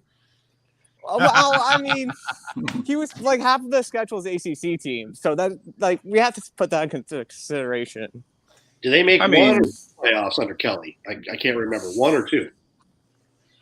They've been to 2. They went to 2. Okay, so 2. And a BCS game. Yeah. Yep. Which Bama absolutely killed them in. But one thing I think about Notre Dame's offense, and I said this on AAA when we were doing our team previews, it just felt like to me that Notre Dame's offense, in a sense, didn't have the horses, especially with Buckner. I said that Buckner and Notre Dame would go as far as Buckner took them, and here we are with Notre Dame's offense underperforming, and they're sitting there winless. So I think this is Notre Dame is playing out how I thought they would, not necessarily 0-2. But offensively underperforming. So they just don't have the horses. I think we have. I think we have the horses. I just think that they need to be put in I still think the O-line isn't complete yet. I think the O-line will get much better as the season goes on. Well, the offensive line was a unit that was advertised as being one of the strong suits. They've been underperforming, but I feel like once we get our O-line set. Once we get our O-line set, our receivers are going to get better too. The team's not working the progress right now, but I think we can be a top 10 team by the time the season's done. Or at least as we look, guys, at I just want to point out from something we got here in the comments as we look at Notre Dame, we look at the Big Ten, we look at the Pac-12, and we kind of combine them all together. Aren't we all just glad we don't go to Texas A&M? Mm-hmm. So it's funny. I have a funny story. Funny story about Texas A&M. Okay, and I don't want to dwell on them, but I saw that comment. It dwelled on me that one of the things we can all come together with is like, wow, thank God we don't have to deal with any of that. Yeah. So funny thing is though, we had a guy that come visit for the Marshall game. Obviously, the game didn't go well, but the other team, like it was between Notre Dame and Texas A&M for him at the end, and I still think we're gonna get him, which is so funny. Nice. Like, that was yeah. That's gonna be interesting. Yeah. Well, good thing that after the Marshall game, one of, I think, the headliners in the Notre Dame class is Drake Bowen, the linebacker from Andrean High School, which is very close to me, and that's why I know about it, because he's one of the top player in the area of where I'm from. So good. It's good for Notre Dame that Drake Bowen is still locked in. Yeah, Peyton Bowen and Charles Jagasaw also. Although people say that Peyton Bowen's going to Oklahoma, but all my Notre Dame guys say that's BS and that we're still going to keep Peyton Bowen. Drake Bowen's going to Oklahoma? No, Peyton Bowen. So we have two Bowens. We have two Bowens. Okay. Yeah, recruiting. Okay. Yeah. Just throwing this out there. Is Sullivan Absher by any chance? Is he still locked in? Just wondering. I'd like to get him. I can take a look. So. No, actually, I follow him on Twitter, and he was, retweeting a bunch of Notre Dame players that were, after the Marshall game, and they were all, Notre Dame recruits, and he was, showing solidarity. I know it doesn't mean that much, but still, but if Absher wants to hop off the Notre Dame bandwagon, you come back to Clemson, we showed him a lot of love. Hey, Sam Pendleton too, while we're at it, but that's. That kind of cooled it early, but Absher, I was really mad we missed on. So real quick, David from Arizona talking about the Arizona game pointed out Arizona paid only $425,000 for North Dakota State, so that's not bad. Hey, I mean, looking at what all these other schools are paying for the opponents that they played, that's a bargain. Yeah, that's not. And I mean, you guys also, when you think about it, I mean, the planes alone cost $100,000 probably. But I heard that Texas A&M have changed their contracts with the new teams coming in. They're going to offer them $1.5 million, but if the team wins, it gets cut down to half. Sounds about right. That's what it should. That's what it probably should be. Oh, too funny. Let me put the link in the chat, guys. Anybody? We want to know, what do you guys think? What do you guys think about the Pac-12 games coming up this week? There are some big ones.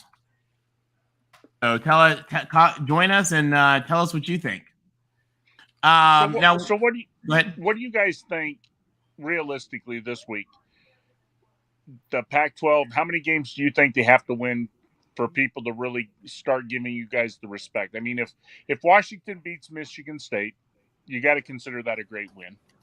If Oregon beats BYU, you got to consider that a great win. I mean, do you think that will get you guys, I think they could.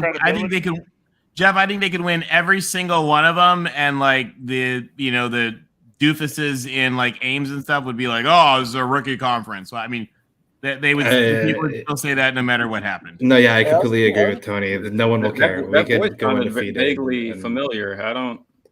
That was a pretty good Jeff Webster impression, Tony.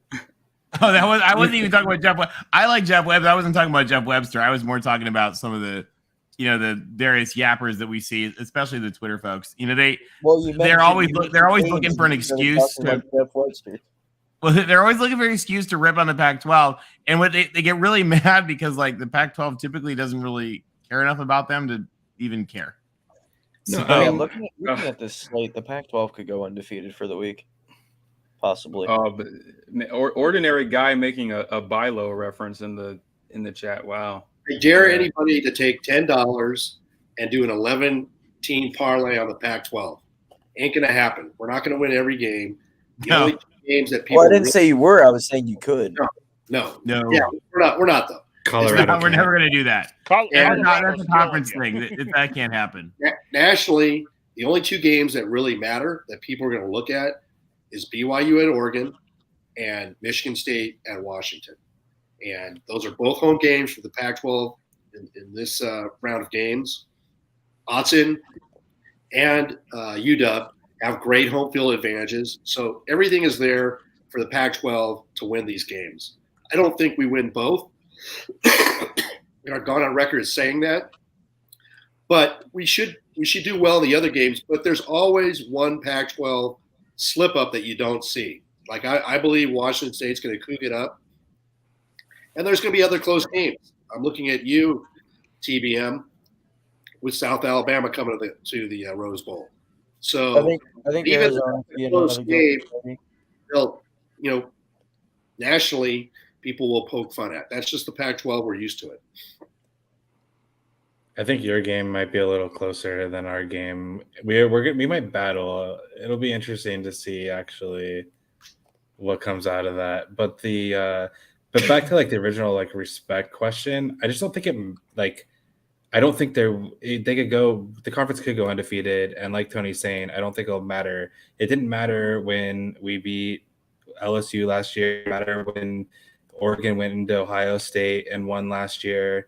It won't. I mean, the fact that Michigan State is a 3.5 point underdog, meaning that Vegas thinks it's like a Nutrisite even 50-50 game, and one of them is a top 10 team in the country and the other is completely unranked, kind of shows you the difference between public perception and what numbers or what other sharps or whatever you want to call them actually think. And it's not going to matter until the conference is because Joe Public cares about who's in the playoff and who's that, and isn't looking at conference as a whole in a, I think, more holistic, reasonable way. Okay, hold on, real quick, guys. I want to showcase some SEC logic here, as we like to call it. Jack, we love you. We're going to pick on you for just a minute, though, but it's done out of love. Jack, and I don't know if he's SEC fan, whatever, tries to say Mississippi State could beat the very best. Yeah, Mississippi State barely got by Arizona, who more was cowbell, and then tries to make an excuse about LSU. So it's Jack, we love you, but that's sort of SEC logic. More cowbell, beat LSU. More cowbell. Let's go, cowbell. Come on. Actually, yeah, I would love for the cowbell to beat LSU. Will, Chris, you mentioned the term earlier. That would be fun. Back to your statement earlier, Chris. This is a narrative. This is a national narrative that's been about 4 years in the running, and the fact is that there have been some marquee wins in the preseason that have been overlooked. The problem is that these schools that we have in the Pac-12, including USC, have underperformed, and not going winless in bowl games. It just builds this narrative. And when Utah had a great opportunity in Florida, they dropped the ball. No one was expecting Oregon to walk in there and win. But then again, you're talking about this. You had Washington State go straight into Camp Randall and win that game. Right. Not much love there either. Even with this win in Washington, maybe, but it's going to take time over time to start racking up these wins to make it happen. But you're right. It's weird that you have Washington unranked, but yet they are a favorite to a ranked team at home. So, or that Oregon State or Washington State aren't ranked. Yeah, that's ridiculous. We'll see. You But just that got to start comes racking into up the the wins. problem That's of all the they can do. We can't preseason cry rank. about it. We just got to win. What do you guys think? We got such liveliness in the chat, guys. Come join us. Tell us what you think.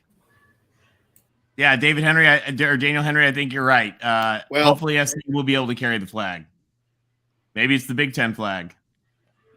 TBM. Yeah, I'm gonna getting back to pointing out, hey, UCLA beat LSU. Getting back to UCLA beating LSU last year, and nobody really cared, or Oregon going to Ohio State. Those are great wins, but at the same time, last year, University of Washington lost to Montana, and they also got boat raced by Michigan. And you take a look at Utah; they lost to San Diego State, and then UCLA ends up losing to Fresno State. So those are losses that happened, but really shouldn't. And you had Arizona losing to Northern Arizona. So we took a lot more hits than successes. And that's been really the pattern for the last 5-6 years with the Pac-12. As much as it hurts me to say it, it's true. And no, that's great. But we're everything. USC's back That's here. great. It's all on a relative basis, right? And I guess the point I'm trying to make is the fact that I agree. Like in general, yes, there have been like the fact that we won a bowl game last year. Like it's not like I'm not saying the Pac-12 is the SEC or the Big Ten or anything, but like if the relative comparison of like the respect that a team gets for going on the road and beating a team like Wisconsin, like Washington State did, or what Oregon State does when no one's watching because everyone is asleep, beating two pretty good football teams that no one east of the Colorado Rockies knows about. Like no one cares to the same level, and it's reflected in perception. So is it the reason that like is that the sole reason that the Pac-12 is like talked poorly about all the time? No, like some of it is fairly deserved, but it's sort of like an avalanche that builds on itself way more than what reality is.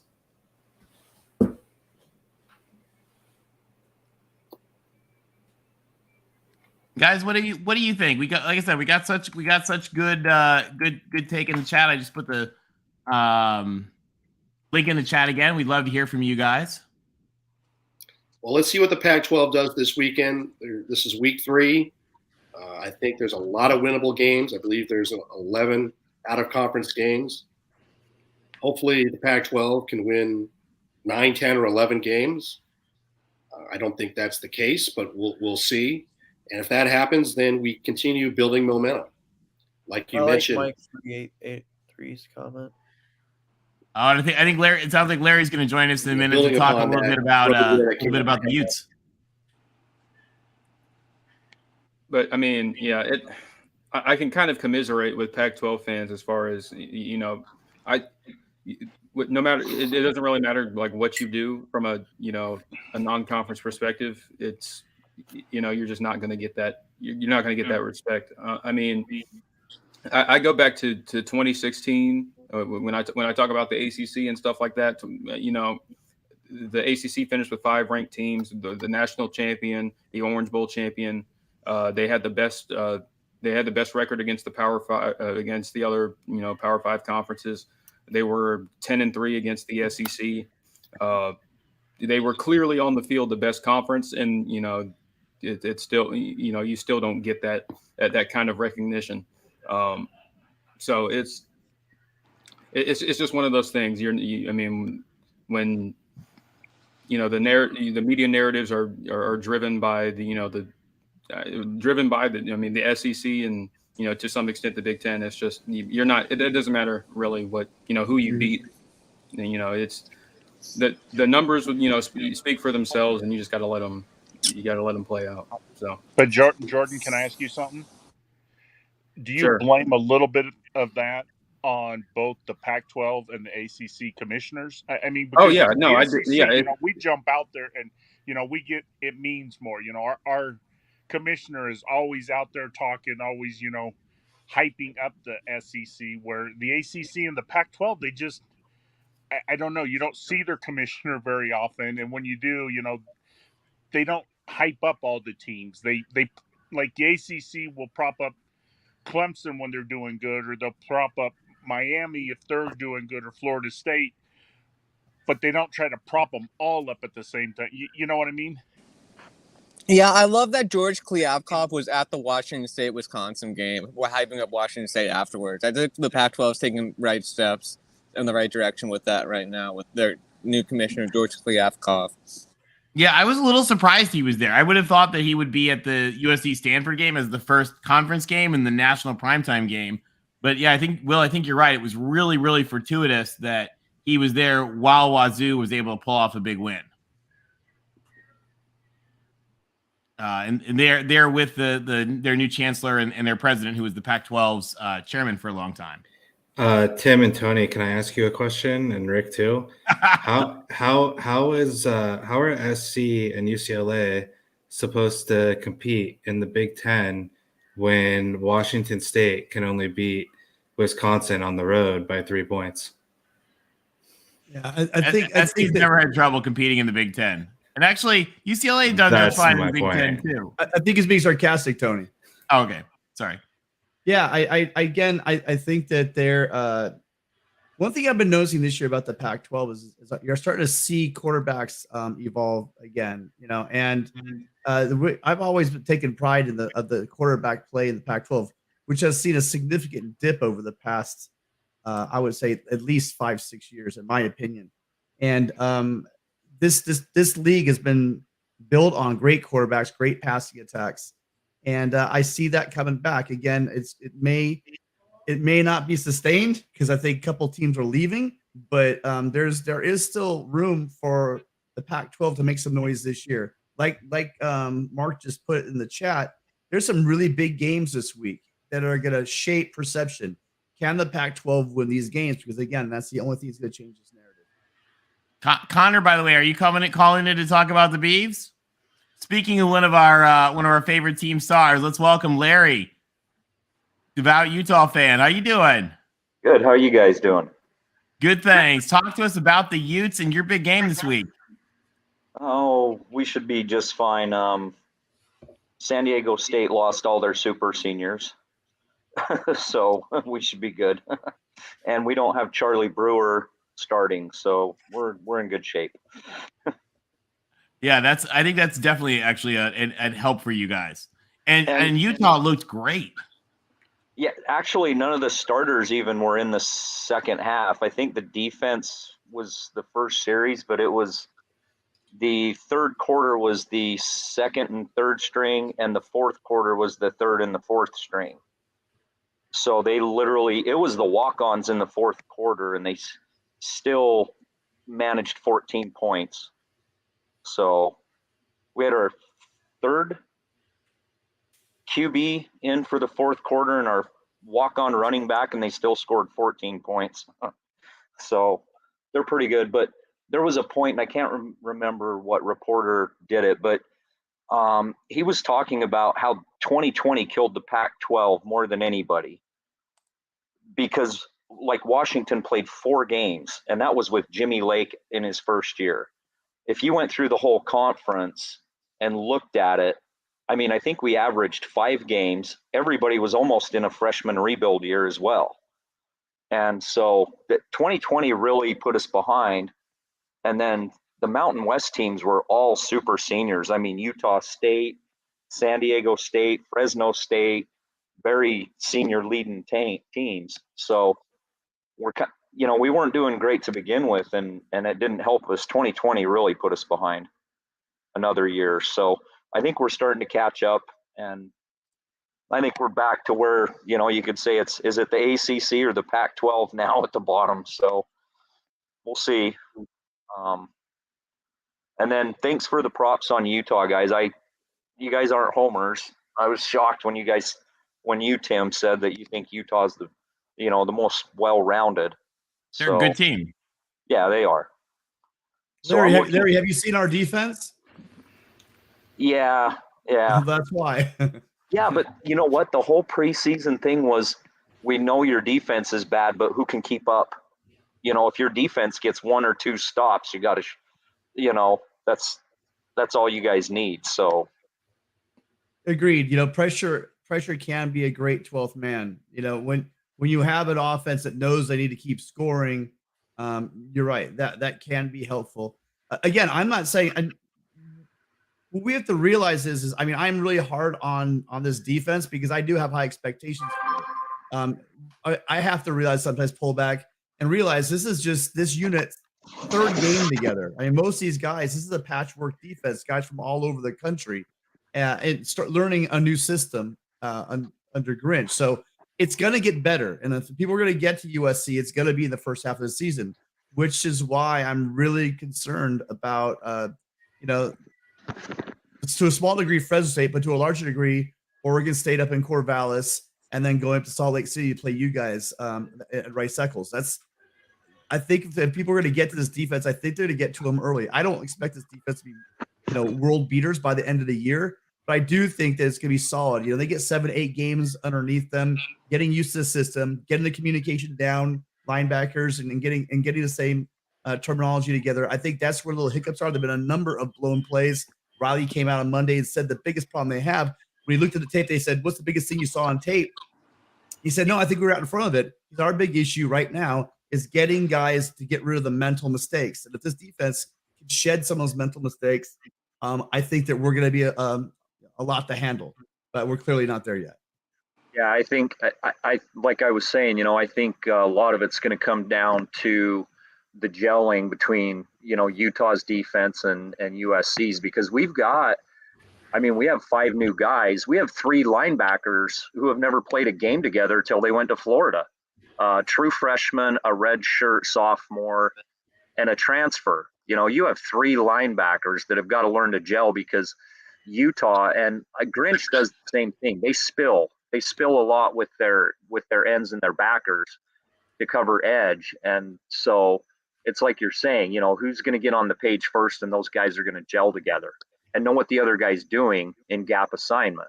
So, you guys have the ponies between, who is it? Not Robertson. Who did you get from ASU? Oh, Gentry. Yeah, Gentry. we got Eric Gentry. Gentry's a beast. Gentry's a beast, and Shane Lee's a beast. If those guys get on the same page in gap fits and stuff like that, that defense, it's going to be hard to, get by them, because, those guys are studs. So, and then I put it in the chat.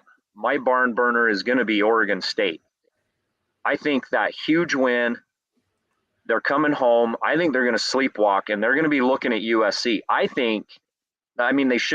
They should win hands down, but I think this is a look ahead for Oregon State. I really do. I think they're going to squeak by. That's my close game of the week. There's always that potential to be caught looking ahead. Definitely with a big matchup with SC. I definitely that's a great pick. Mine is North Dakota State and Arizona. Will, what do you think about that one? You haven't given us your full view on that.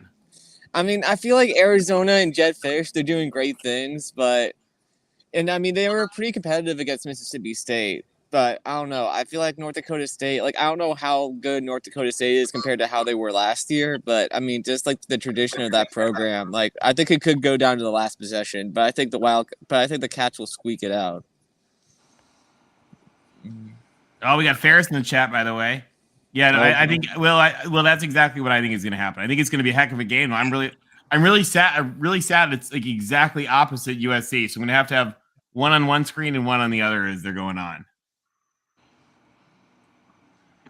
Yeah, I remember last year, Colorado, they were not a horrible team. Utah was up by 1 touchdown before half, and Britton Covey came on after the game, and it was like everybody said, we're not looking past Colorado to the Pac-12 championship. Covey came on and he said, it's so hard when you're in a game and the next game is the bigger one. Even though you're in the game and you prepare for it, he said it's hard not to look ahead as a player. No matter what your coach tells you, when you're on the field and you can beat the guy across from you, you're worrying about next week, So it's going to be an interesting week, and I think Peyton Thorne. I watched him play last year. I don't think Peyton Thorne's that good, and I think that crowd is going to scream him into confusion and mistakes, and that's why I think Washington's going to win, because that 19 Utah team that went in there, they were. I think they've only got 2 guys left off that team who haven't went to the NFL. Those guys struggled to get the win up there, and that was a 7 or 8 win Washington. So I've seen that stadium erupt, and it's hard to win there. So I might put a little money on Washington this week. I think the Spartans will. I feel like Peyton Thorne, he's not an amazing quarterback, but in the second half against Pitt, he definitely made some plays and impressed me. I think he's like Sean Clifford level. Would you agree, Jordan? Would you say Sean Clifford level? Yeah, probably. Yeah. So I don't know. A little different skill sets, but in terms of the value they bring to the team, I think they're both plus value quarterbacks, but not much more than that. All right, Ferris. Will, that one was just for you. Just for you right there. And then I mean, I feel like these recruits are smart enough to know what Marcus Freeman's building, and I think we'll keep almost all of them. I still think we'll have a top 5 recruiting class in the country by the end of it. And then I don't know who the Big 12 troll guy is, but I really think we need to send that guy Colorado. He is just jonesing for somebody out of the Pac-12. So yeah, I mean, Colorado. Do they? I mean, they're really worried about like national prestige. I'm not sure Colorado's the team they want, but they seem to want them. They can have them. Hey, academics, if they want to improve their academics, Colorado would do that, right? For the Big 12. Oh, it definitely would. They only have that conference only has one AAU school now. Right, so but isn't Baylor's pretty good though, aren't they academically? They are. They don't do a lot of graduate research, but they're doing a lot of Baylor's doing a lot of great things. They have a great president. And they're doing some really, really, really good stuff. Okay. All right. And then I had another topic. I'll remember if you guys want to carry on for a second. Yeah, no, I really like some of the stuff there. And they have an amazing AD too. Really, really amazing. That would be a good trade for the Pac-12. Yeah, that really would be. They give should us do Texas Tech or something. I mean, give us a win, but some fans. And yeah, I don't know. Oh, guys, we put the beaver alarm out. Get your chainsaws. We have Mr. Oregon State himself. Ladies and gentlemen, welcome Connor Johnson. Connor, welcome. Connor, my man. Fellas. Connor, you guys are going up. You're going up to the big stadium this weekend. Yeah, bigger than ours right now. I know. Tell us about it. What are we going to see out of the Beavs? You guys who deserve to be ranked and have been shafted by the national media. You got Montana State, who's a legit team. What's going to happen up there at Providence Park? I've been taking some notes because I've been listening while I've been cooking. So I'm going to have to start cooking earlier. I don't know why I always eat late. Okay, so I have some time now. So first off with Montana State, Providence is going to be cool. Within the last 2 years, they added on seats and they kind of like domed it out at the top. I think I see it in your picture. That top row right there is pretty brand new. And I've been there. It's always consistently one of the top 3 MLS stadiums. Seattle's up there, but that's a football field. And then, I don't know, I argue it's the best. So it's sold out, which is good. I think it holds almost 30, and the Beav Stadium right now with half capacity is about the same. So yeah, sold out. And actually real quick, are you guys that big at half capacity? I wasn't actually sure what the number turned out to be. 27. Oh, that's bigger than I thought. Okay. Well, it's not necessarily half. I think when it's done, it's going to be low 40s since it's only one side. But yeah, I was looking. So somebody said we have to watch out for Montana State, and Jonathan Smith in a press conference said he stopped, took a breath, and said, "These guys have our full attention. We're not skipping a week." Because North Dakota State, correct me if I'm wrong, played Montana State in the FCS championship last year. So, I think so. It's kind of a cool narrative that Arizona and Oregon State, the 2 programs turning ourselves around, are competing with the best in the FCS. So we'll see how we fare. Montana State, though, is a little injured. Their top 2 running backs are hurt. So they're going to throw, I don't know, a third-string running back at a FCS school is probably not the most athletic or to be feared. But still, have to take them seriously. I was bored, and I added up the weight on our offensive line and compared it to their offensive line. I think our offensive line is like 120 pounds bigger. Our defensive line is like 100 pounds bigger. The combined weight added up to like 250 people between like the 9 people on both the lines, a whole extra lineman, which I think is just the key between FBS, FCS is the lines. There aren't very many 6'5", 300-pound linemen out there. But they're going to give it, they're used to winning. They're going to come here and fight, I still think we get our second stringers, Ben Goldbranson, our backup quarterback, or maybe Jebbia, by the second half. So I wanted to also talk about, we can wrap that up if anybody has any thoughts on that. Go ahead. I guess that's a no. I wanted to touch on, so having just seen Fresno, being very familiar, and I just watched the 30-minute highlights of the USC Stanford game. I think my key takeaways were Fresno moves the ball. They have wide receiver talent that is comparable to some Power 5 programs, some good Power 5 programs. And Jake Haener, I think, is an NFL quarterback just based off of his decision-making and his he has the it factor, whatever that is. He has it. And we had 5 takeaways in our first game against Boise. We had 0 in the second. So he's not going to give you the ball. I was watching Stanford would drive the ball, at least in the first half. They got in the red zone. They got in the 10-yard line multiple times and either fumbled or threw an interception. So the difference is Fresno can score. Now, Fresno got in the red zone with us 3 times, and we held them to four times. We held them to 3 of 4 field goals. So if y'all can do that bend but not break, because I don't see the turnovers coming. Jake Haener's not going to make a mistake. Their running back Sims protects the ball. He's a veteran. If you can hold him to field goals, I think your offense is a notch above ours. So you should score more than, I think we had 34. But I watched Jake Haener's press conference, and he is coming there to play. He grew up a USC fan, and he's always, that was his dream school. They didn't recruit him. No, and the problem with Jake Haener, by the way, if you guys haven't seen Jake Haener in interviews, Jake Haener is an awesome guy.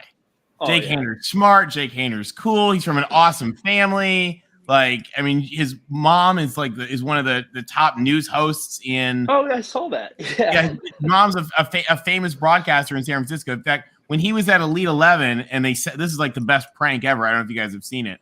When Jake Haener was at the Elite 11, and they sit you down at Elite 11 to practice interviewing with real journalists, and they brought his mom in, and so instead of Yogi Roth, it was his mom, who's like a San Francisco investigative journalist, and she was like, I need to find that. Tell me what you look to be as a quarterback. It was really funny. Yeah, see, these are the type of nuggets you can only get on the Pac-12 live chat show. Exactly. Tony, that was gold. Thank you. It's a great. The video's on YouTube. It's a great video. I think Fresno's sending 25,000 fans down there. So I believe it. Maybe the red wave is legit. Yeah, no, they showed up last year to the Rose Bowl. Granted, there's probably a lot of seats available there. No, they'll definitely show up. They'll definitely show up. I think 25,000 is inflated, but they will send a lot of fans. We have a knowledgeable panel, but for Jordan or guys that aren't familiar with West Coast football, Fresno State is not. I mean, DeBoer just went to Washington, and his offense is great. But Fresno State historically, has always competed. As far as a program goes, they're right up there with Boise to be let into the Pac-12 next. Disregard where they are, but so I don't think USC is going to sleep on this. But I think the players from all over the country don't know that there's a little bit of a rivalry between Fresno and USC, and Fresno guys know for sure. So they're going to go down and punch USC in the mouth, and USC will have to punch back. So I still think USC wins. And if they do and we win, I think the media has to put us in the top 25 just so that it looks good when we play on the dot. Right. Bro, I don't want to get the late to Pac-12 change? network. It's not fair, man. You guys know why this USC Oregon State game's on the Pac-12 network? Because you're obligated to have 3 games, and the media wants to hope that you're actually really good, so they can have all your late season games. Exactly. Yep. Yeah, they want to save them in the back pocket. Yeah. Which is too bad. Doubt there, Chris? They might not be right. There's a little bit of doubt in there. I like it. Oh, I thought College Game Day could be in Corvallis, or at least a chance. Obviously, that sounds ridiculous, but they would have had to. And Nick Dashel posted, he's one of the writers up here, that it's still on the table, but like, who's going to have College Game Day and then it not be on national TV? Well, I think it's too late to even change it.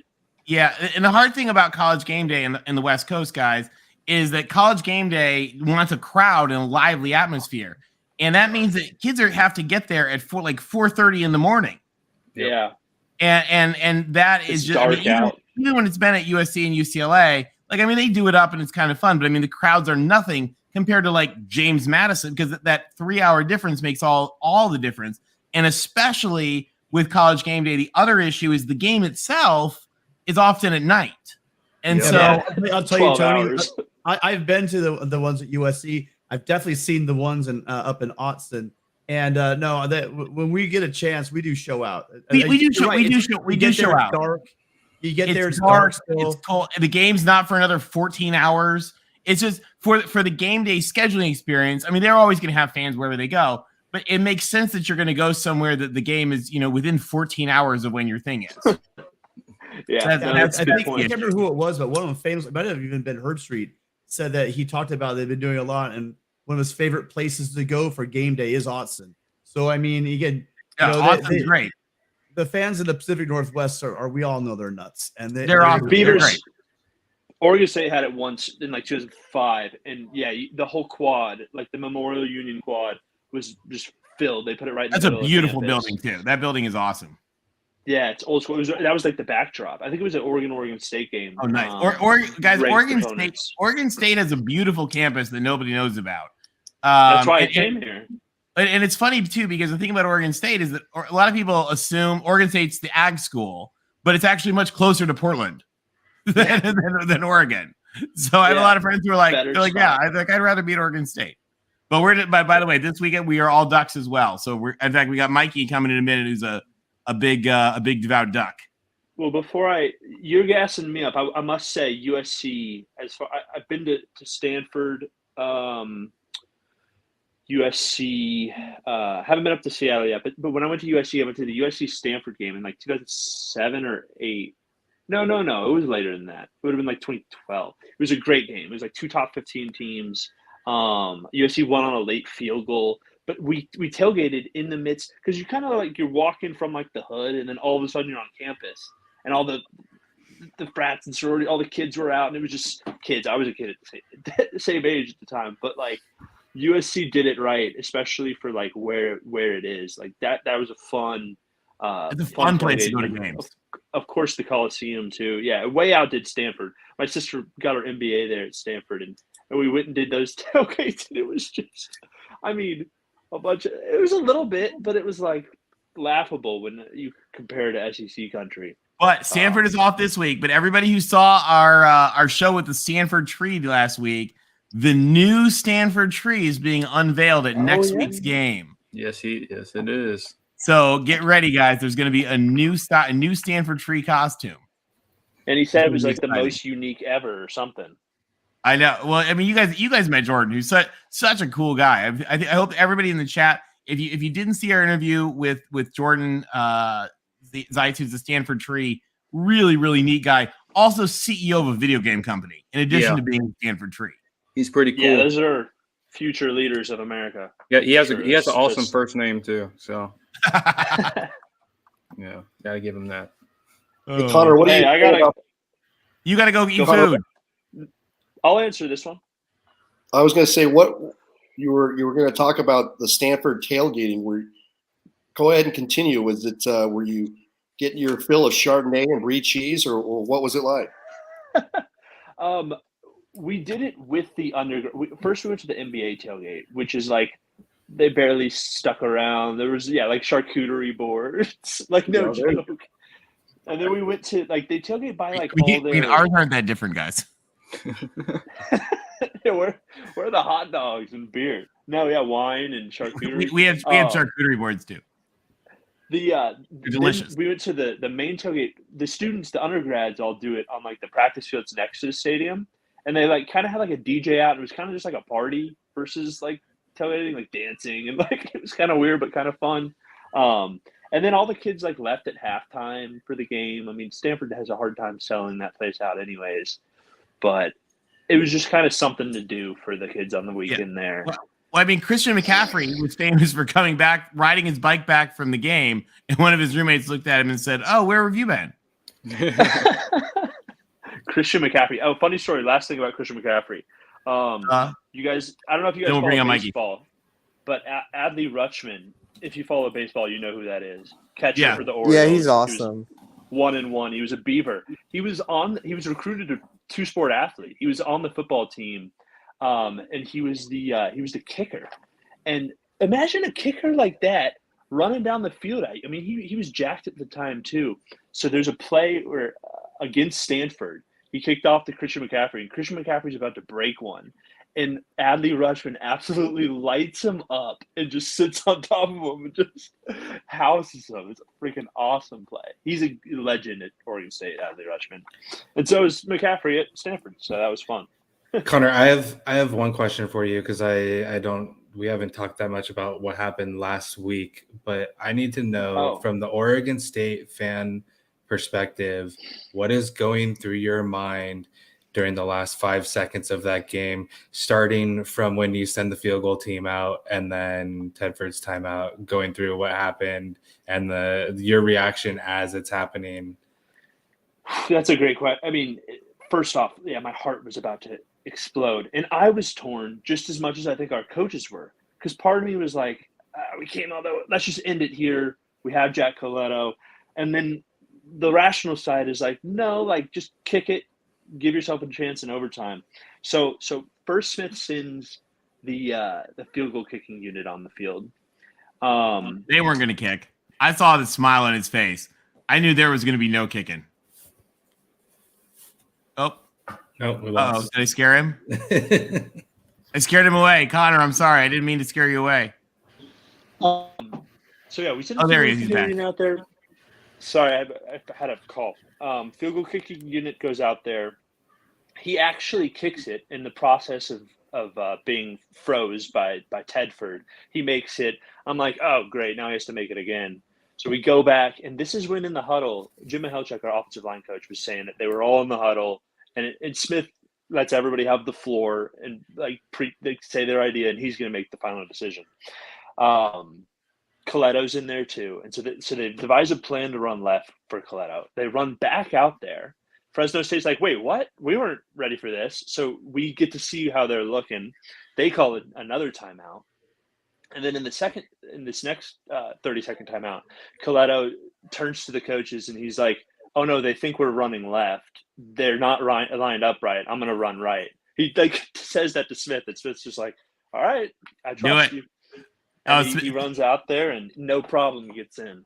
Yeah, Smith was going for it. Well, hey, Connor, thank you. We're keeping you from dinner. Thank you for joining us. Thank you. Hey, back to Pack. Go Beavs this weekend. Yeah, go Beavs. Go Beavs. All right, we'll see the real OSU. Bye, folks. Take it easy. All right, next up to bat, we've got some love for the Ducks. Welcome, Mikey G. What up, fellas? Can you hear me all right? We got you. Good. Talk to us about the big game. We got the Ducks and the Cougars. Yeah, well, first off, I wanted to shout out to Connor and give him a big congrats on beating Fresno. I mean, that was a wild game, and it gave you guys lots of good tape to look at. So, hey, we can use it. Yeah, I mean, I think Hayner and company come in, and it's in the Coliseum this week, right? Yes. Yeah. So, we don't travel to Fresno. Yeah. I don't imagine you do. But either way, yeah, I think Hayner comes in pretty hot, man. I think they feel like they have something to prove. And I don't know, man. I think that I like your guys' chances against Fresno, but as you guys have already kind of talked about during the show, is that there's that rivalry that's always at play with you guys. So anything's possible. Which kind of leads me to this next one. Not that BYU is a rivalry, but I think that there's just too much that we don't know about Oregon to say with high confidence how this is going to play out. I mean, I really respect BYU. I mean, obviously, Satake's got that team rolling, and I think that they also had a wild win last week. And so I think that they come in with a chip on their shoulder, and they're coming into Autzen, which I think gives us the edge. But at the same time, like it's hard to say, right? Like the litmus test is BYU. We haven't had the identity of the team unfold yet. Yep. Yeah, it's going to be real interesting to see. And they have confidence because they went 5-0 against the Pac-12 last year. So they're looking to make it 6-0. But Oregon's got to stand up, and they, like you mentioned, Mikey, you're going to find out who Oregon is, right? The first 2 weeks, you really can't tell. But this, you're at home against a reputable opponent. Here's the opportunity. Yeah, absolutely. You know, a lot of fans seem to think that we need to do this to prove something. I just want to, I would like to, and this is going to be very unpopular to say, but if we kept it competitive against BYU, even if we lost within a touchdown, I would be somewhat satisfied with that, given the circumstances around the team. Because BYU, I mean, they're no joke, and like you said, they were 5-0 against the Pac-12 last year. They're coming in with some swag, and I personally think that that's rat poison. I mean, they just boosted up in the rankings to 12, right? So they think that they're the better team, and they think they can win, which they can. But at the same time, like, you know, it's a lofty goal to win in Autzen, and if the team is fired up, as most of you guys on the panel know, it's very hard to win in that stadium. You know, no matter the year, you know, and I think that we've got a lot of talent on paper. There's no question there. It's just a matter of whether or not they've worked out all the kinks yet. Yeah, the Pacific Northwest stadiums are loud. They just are. Again, just like Rice Eccles, I can't say it enough. Those are true, very true, knowledgeable fans as well. You know, there's nothing worse than having fans loud on third down and your team has the ball and they're all getting all excited. You know, the fans up in Austin, you guys know when to get loud and you know how to get loud. So, yeah, it's going to be. I wish you were a little more optimistic because I mean, I don't think BYU has a lot of fans these days. So we're kind of hoping that Oregon can give us. It's going to be a big game. The eyes of the country are going to be on this game, and it's really going to be. If we want to start getting the props we keep asking for, these are the games that the Pac-12 has to win. For sure. I mean, it's a showcase game, no doubt, and everybody recognizes that. Both sides do. I mean, both sides want to prove something, right? And so I don't have enough information. Like those two blips on the radar, you've got us absolutely falling on our face against, Georgia, and you've got us smashing Eastern Washington. Those don't really correlate very well.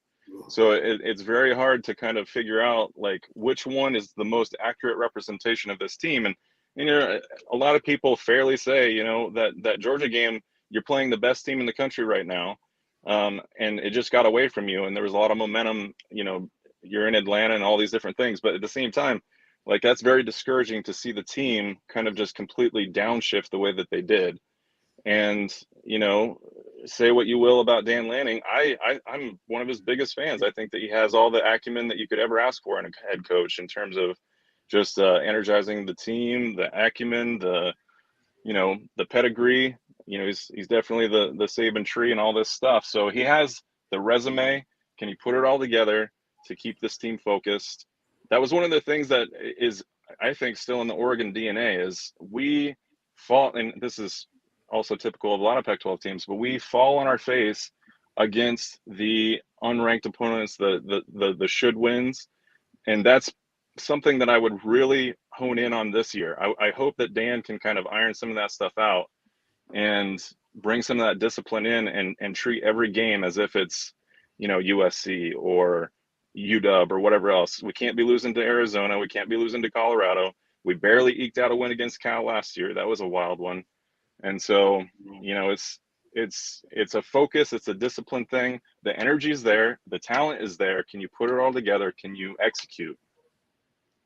Yeah, I think people forget about how long it takes for a defense, especially, right, to get caught up to speed in college football or even in high school football. There's a lot of window dressing the offensive coordinators they have. They're going to have misdirection, and so when you ask a bunch of guys to come in with a new defensive system, they flood the zone. There's all kinds of things that an offense can do to confuse these guys that are in a new system, and it takes time for these guys to get used to what their responsibilities are, what their gaps are, and then on top of that, the communication and knowing who's going to pick up whom. And I think you guys are just learning that fact that in this world of instantly we want our team to be great and winning when a new coach comes in. There are always those growing pains, and that's what we worried about USC going forward. And We've seen it at Oregon, and it's nothing new in football. You have to give a defensive coordinator time to get his guys up to his system. Yeah, 100%. And that was very evident based on, right out of the gate, you see Justin Flo and Noah Sewell kind of flat-footed. It looked like they were trying to make those reads that you're talking about. And, that's to be expected a little bit, but it just, us Oregon fans, we have high expectations and we know what these players are capable of. And so to see them not kind of rise up in that moment, it was, I don't have to tell you what it was like. It was terrible. It's hard. It's hard to watch athletes, right? Have to think, you don't want them thinking, it kind of negates that, again, that natural size and speed that they have. Flo and Sewell are two of the better linebackers you see. But if you see them thinking and reacting instead of just attacking, you want to see those guys going downhill. But again, if this is a new system, they're going to have those moments where they're unsure, and that's what's making that defense look a little bit shaky. Yeah, I completely agree, and that's just what makes it so difficult to predict how this is going to play out. In one universe we could go in and just smash, and in another universe we have a similar outcome to Georgia, just because there's some momentum swing that happens where it just shell shocks the team, and the fans start. I don't want to say anything negative. I'm gonna project positivity because I'm an optimistic guy, and I think that we can definitely win and win with confidence. It's just a matter of what version are we going to get.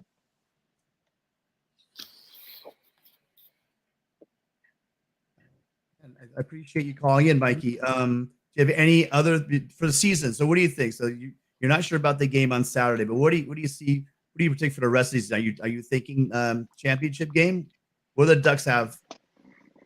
Well, of course. I mean, doesn't everybody? Like, if you're a Colorado guy, and you're diehard and you're thinking, this might be the year seeing those positive things in the off season, you kind of still are, somewhat hopeful and optimistic that something goes your way and all the other cards kind of fall in your favor. So again, anything can happen. And we're talking week 3 now. So it's very hard to predict, especially with a brand new staff. But to answer your question, absolutely. Do I think that we can make it to the conference championship? Sure. I think that, you guys have talked a lot about, the obstacles for us, and those no doubt are there, but, disaster in the desert is a thing, because we have fallen on our face in the desert multiple times, and that's always on the cusp, like we've got all the momentum in the world to make it to, a BCS game or a playoff or something like that, and then somebody gets hurt, or there's a buffoonerish play that happens and the whole game just changes. So I think realistically 9-3, I was going into this season thinking 9-3. I think that's still very achievable, and I think it's a healthy expectation given the brand new staff and everything else. So I'm going to the Utah game, obviously for every reason that I'm sure you're aware of. And I think it's going to be an electric atmosphere, regardless of kind of the scoreboard, like fans are just going to be fired up.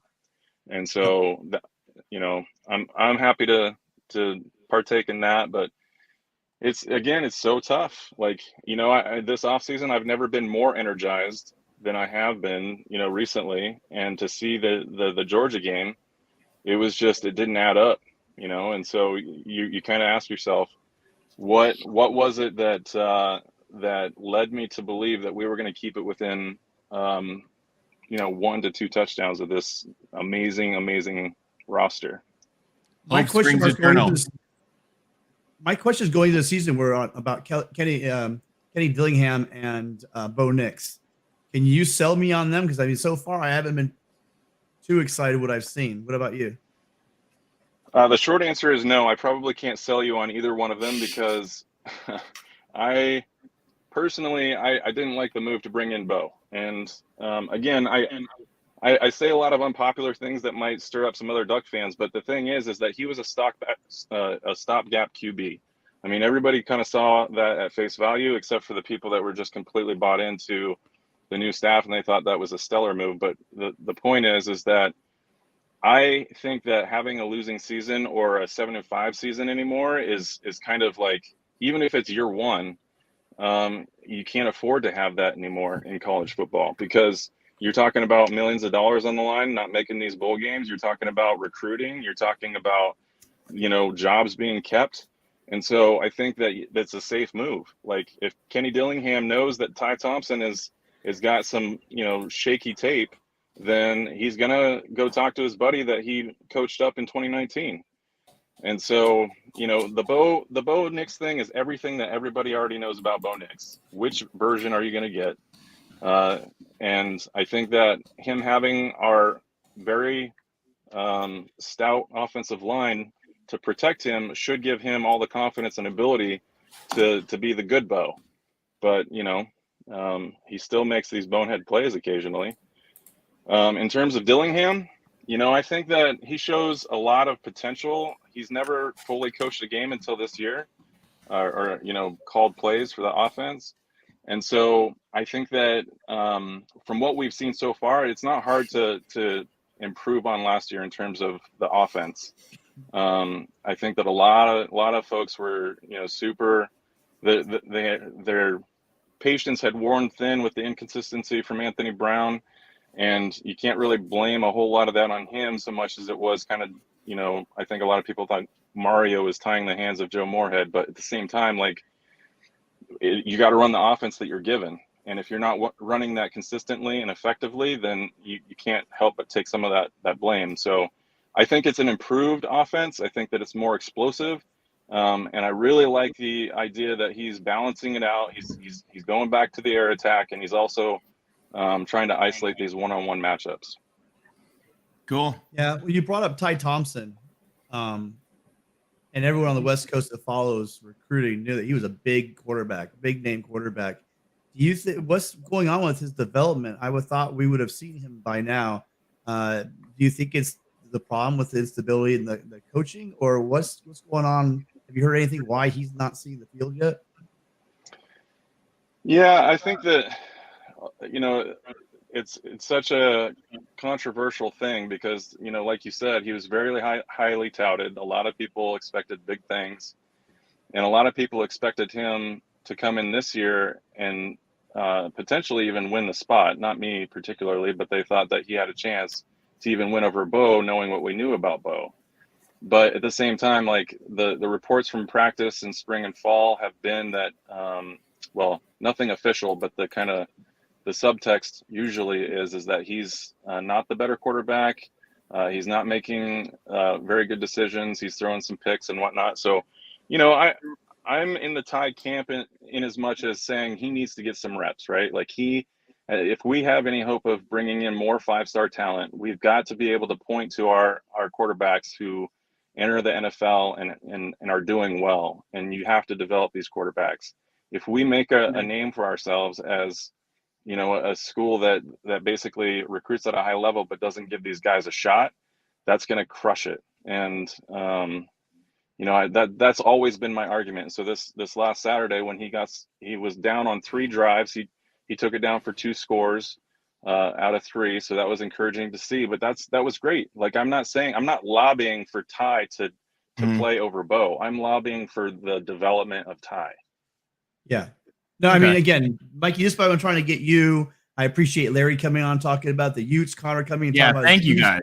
You guys really bring depth. I mean, we all on this panel, we love the Pac-12. We know a lot about the Pac-12, but the insight you guys bring just will make this show just that much more exciting. So I really hope you take time in your week to come visit us every Wednesday so we can continue this and talk about the Oregon Ducks win next week. For sure. Thank you, Mikey. Thanks for coming. Yeah, absolutely. And just a quick, shout out to you guys, man. You guys put together a phenomenal product here. I've never seen anything quite like it. And I think that, thank you.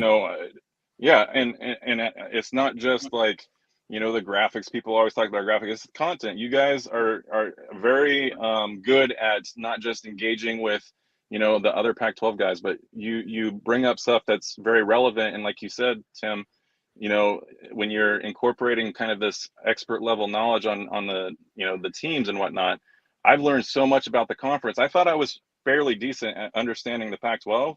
Man, watching this show, it just brought it to the next level. So just keep it up. I love it. Appreciate it. Thank you so much. Thank you. We really appreciate that. That means a lot. Thank you. That's a perfect segue, guys. If you could do us all a favor and just take 1 second to hit that like button. Our goal is to grow this show. There are tons of Pac-12 orphans out there that don't even know this exists. The whole concept for this is we couldn't find anywhere on the Pac, anywhere where there's a call-in. There's plenty of great podcasts on the Pac-12. Ryan Abraham, no truck stops, right? There's great but there's not a place for you guys to have a voice. And as you just saw and call in with Connor and with Larry and with Mikey there, you guys bring a lot to the conversation, and we really appreciate everybody calling in. So if you guys could take a second, hit that like button for us, and we're going to reach a wider audience so we can just grow and make the show a little more richer. So it helps a lot. Thank you guys. And thank you again, Mikey. Yeah. All right. Oh, sorry. I hit you a little too soon. Sorry, Mikey. I didn't mean to cut you off. And speaking of Mikeys, we have another Michael joining us. Michael, what's going on? What are you thinking about the Pac-12 this week? Not much. I got a couple questions in reference to the Washington-Michigan State game. There has been times in the past with me being in Big Ten and stuff like that, watching Penix, he's been prone to having several different turnovers and stuff like that. And I wonder if that's what Michigan State's going to try to key in on with him this week. You think, or do you think he might be able to ball out with Washington and stuff, considering how they don't they didn't have a decent defense last year, but with Penix, he's been prone to turnovers in huge games before. Yeah, again, he hasn't turned the ball over so far this year. I think he's not. I don't quote me this, but it's like 9 touchdowns to 3 interceptions. His yardage is up there, but again, it's against Kent State and Portland State. So I'm sure that he's seen that MSU defense, and the Spartans are going to know his tendencies, right? This isn't new. So I am going to be interested to see. I said that a big thing here is going to be ball control, right? And in anything, it seems like a cliche, but it really is. You win that turnover battle in a close game. That's where games are won and lost. So if he turns into an interception machine, it's going to go south really quick for Washington. Yeah, but on the flip side, what about Peyton Thorne? Because has been times where he's kind of been shaking himself. Yeah, one of the strengths for Washington has been their secondary over the years. I'll admit I don't know too much. Maybe Tony, Rick, Chris or Jordan, one of you guys can fill me in, but they've had a strong secondary over. It seems like they've always had a strong secondary up at Washington. I don't know who they have up there right now. Mm-hmm. Just as Jordan. Another thing I was trying to figure out is, with Arizona not being able to run the ball this week and stuff like that, how huge do you think it is going to be for them to try to get the running game going early against North Dakota State?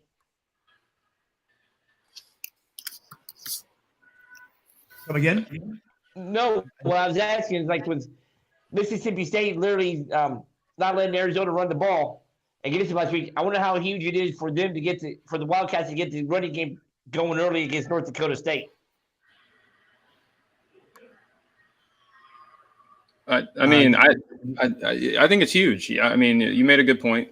Yeah, they were kind of overmatched against Mississippi State on Saturday, but just Mississippi State. I don't think a lot of people realize how good they are up front on the defensive line. So they were going to have issues, I think, regardless. But yeah, it's going to be important for Arizona State, and it's a tough matchup. I haven't looked at the line there, but anytime you're going up against the FCS national champion, and one of the best college football programs of any level for the last 10 years, you're going to be in for a dogfight. So, and it can get out of hand real quick. So, getting the run game early, getting a fast start on offense, not taking advantage of your opportunities early is going to be huge for Arizona in this game. Jaden Delora has to be smart with the ball. But I'm really interested to see how that game plays out, because there's not a lot of FBS teams that are willing to schedule the Bison for a reason. Yeah. Yep. One last thing before I let you go, guys. You guys brought it up earlier about tailgating. Is there a chance maybe you guys can have a segment on Sunday night, talk about best tailgate places in the Pac-12? Well, there's only one answer to that. I hate to admit. The one answer to that is get a boat, put it on Lake Washington, and go tailgating at UW. Yeah. As far as tailgating goes, that's the place that's just. I mean, they call it the most spectacular setting in college football for a reason. It's amazing. Because Oregon's good and USC's decent, but I've never been up to Washington, but I heard it's pretty good and stuff like that. All right, guys. Well, on the boat. Yeah, I can only imagine. All right, guys. Thanks for taking my time. I look forward to see you guys Sunday night, man. Thanks. We'll see you on Sunday.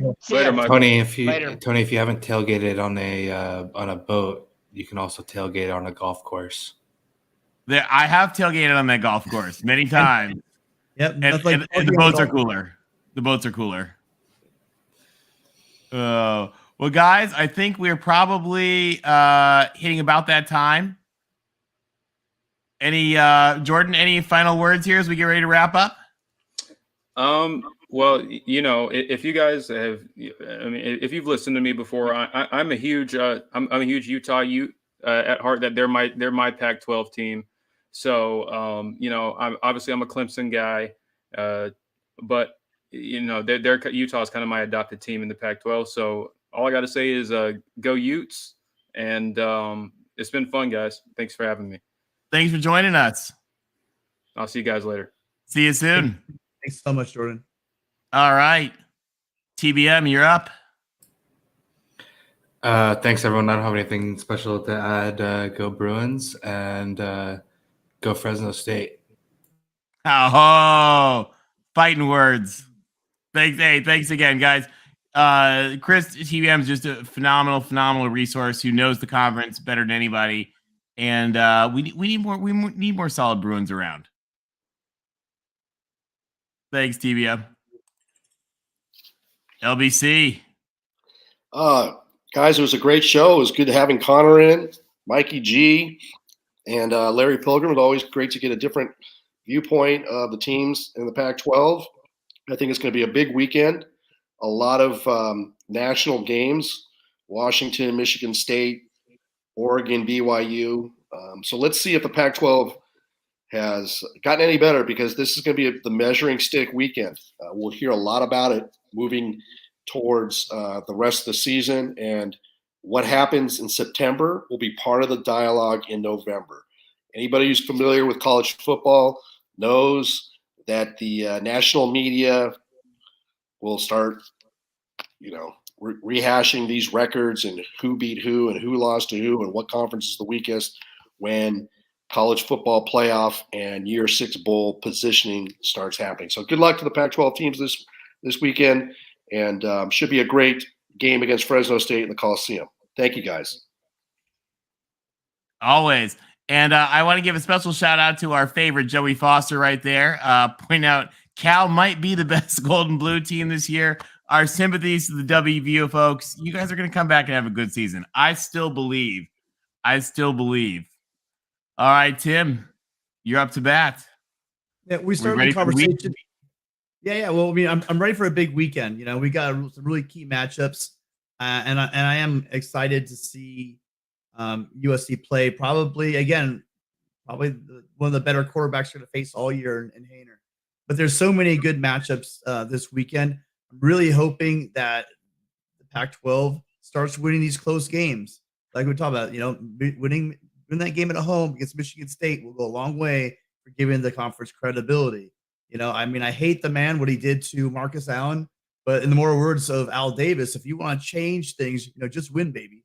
You just have to win. And so if they can start racking up these wins, again, those 50-50 games where you have a national spotlight on you and you have proven coaches playing up against each other, we come out with those victories, they may be able to change the narrative. 4 years in the making, but each win will change it. I hear you. Thanks again.